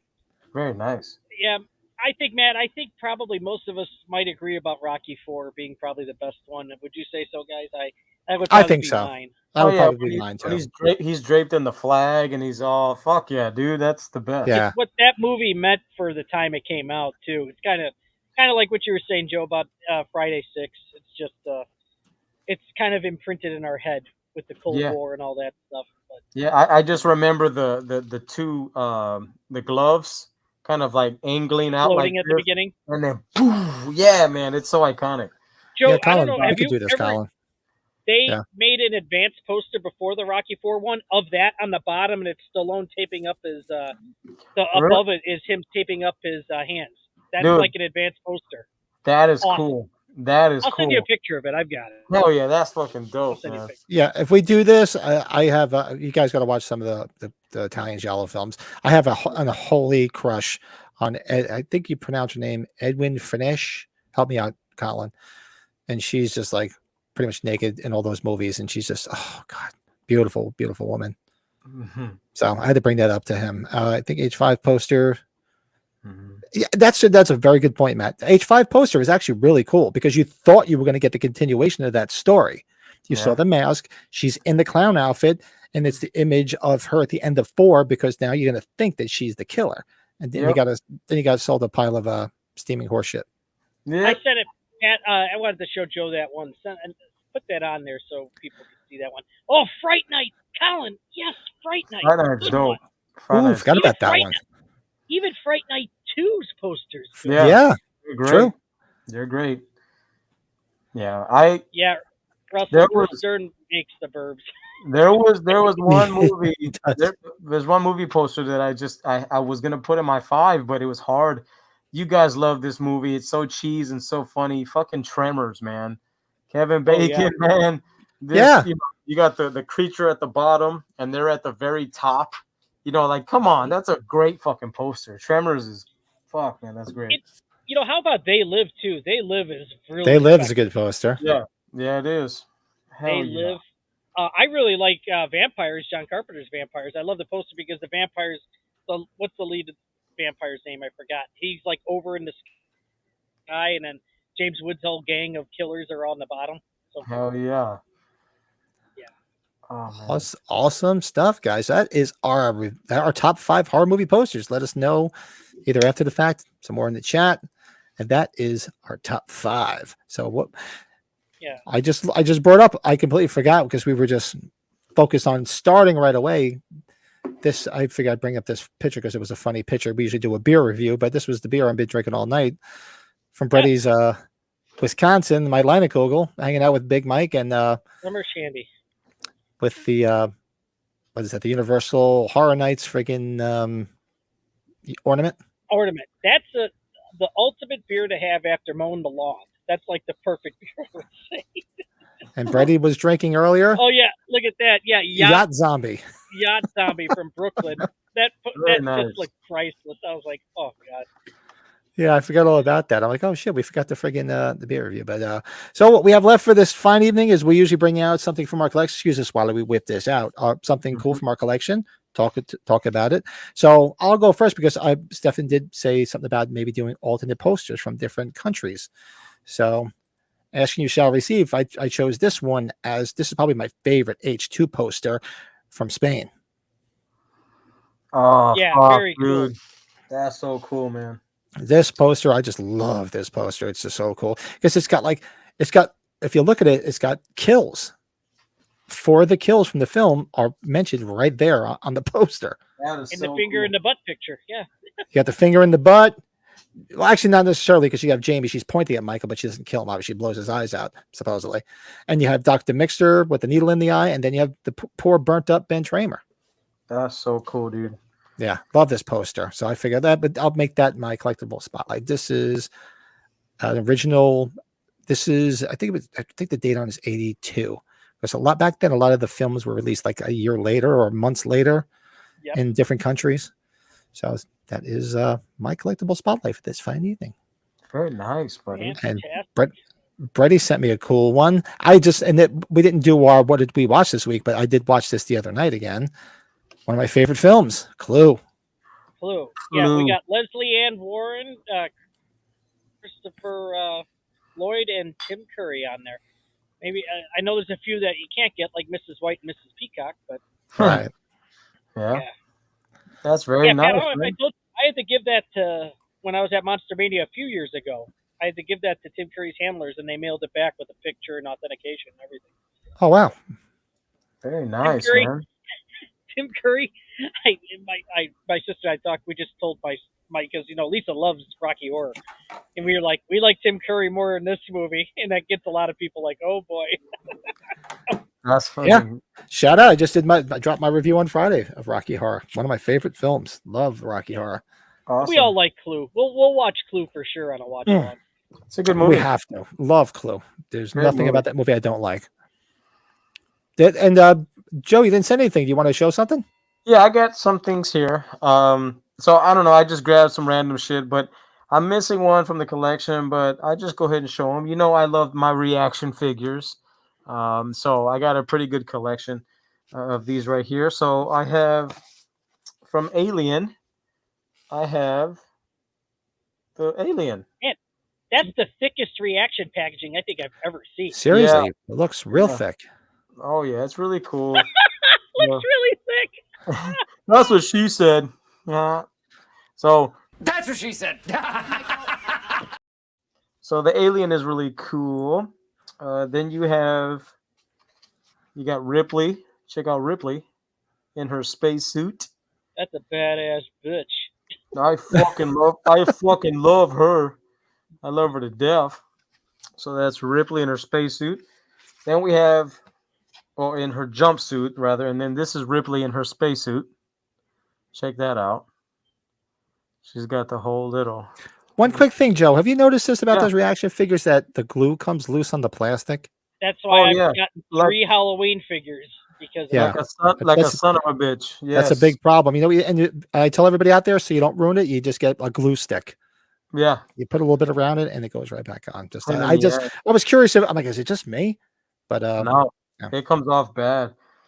I'm missing the one with the face hugger, but that's okay because I love this one the most. We got Kane with the chest burster. Check that one out. Oh, look at nice. that. That's cool as Yeah. hell. You got this little Hey. bastard.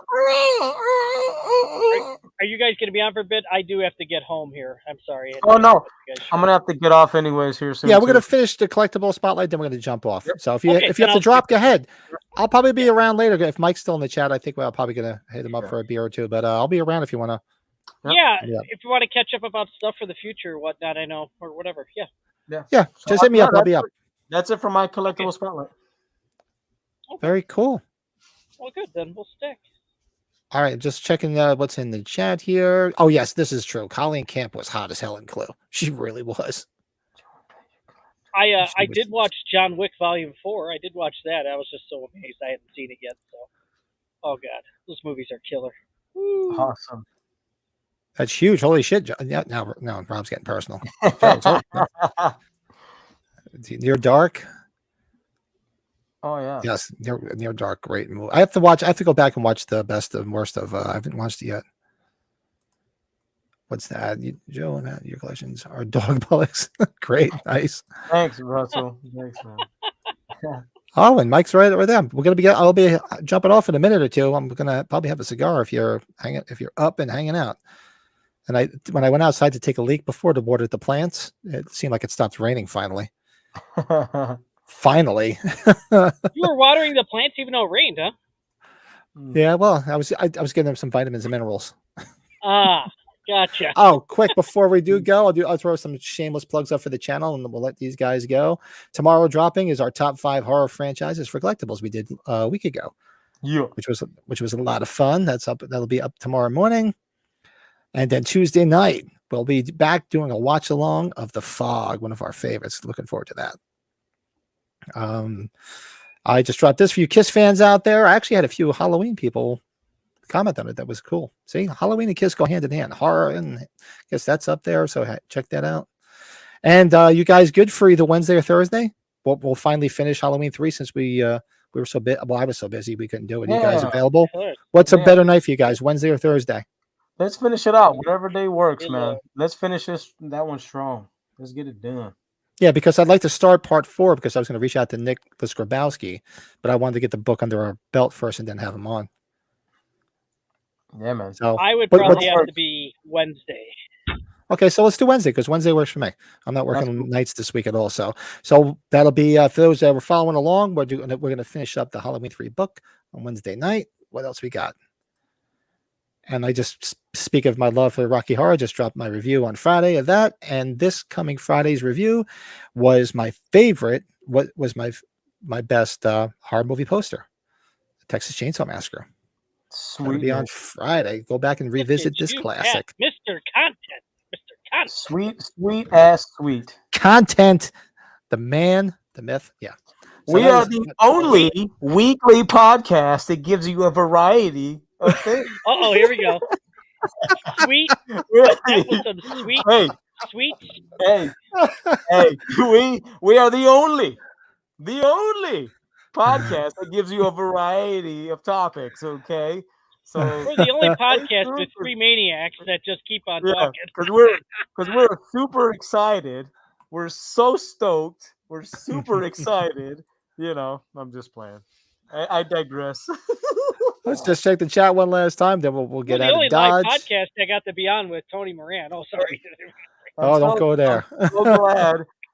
I'm so glad that this is our 19th live episode. So I'm really excited. Oh, Colin, yes. Edward Finish is just, she's so hot. And there's so many cute girls in those yellow films. You guys will get hooked. There's some beautiful girls in there. What else we got? Yeah, feed me, Seymour. That's what I was doing. I was feeding the little shop of her out there. Feed me. Venus Flytrap. Feed me. This Tuesday. 19th episode live has been really exciting, guys. I've been so stoked for them. Awesome. Let's see. And, okay. I'm sorry. All right, we'll get off quick. And you got that didn't sound good either. And I know everything's always a sexual innuendo with this podcast, as you can tell. So we'll. I'm so excited for the fall. Yes, so I'm looking forward to that. So hang out for a second. We'll say a quick goodbye. Everybody, thanks for hanging out with us in the chat. Comment below. Do us a favor. Hit that like button. Hit that subscribe button. Don't cost nothing. Give us a reach around. Surprise finger in the butt. All that fun shit.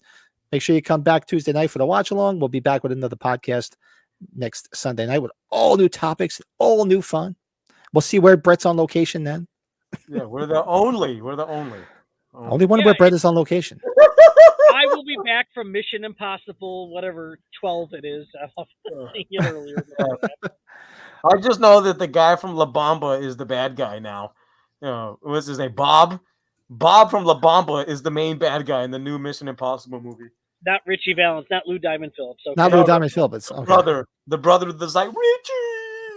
Oh, is he? That's him. Yeah, that guy is he's the main villain in the new fucking Mission Impossible. He was great in Bad Boys with Sean Penn. Yes, he was. That was a great movie. That's was a Rick awesome Rosenthal film. Yeah, that was probably his best movie. Yeah. Well, actually, no, Halloween too, but I love it. Had a lot of Not Halloween Abortion. From La Bamba. Not Abortion. It's not my first or my last. All right, gang. So thanks everybody for hanging out. Like, subscribe, chat, all that funny shit. And we'll see you guys on Tuesday night. You guys hang out real quick, and we'll see you guys Tuesday. Bye. Good night. Thanks, guys.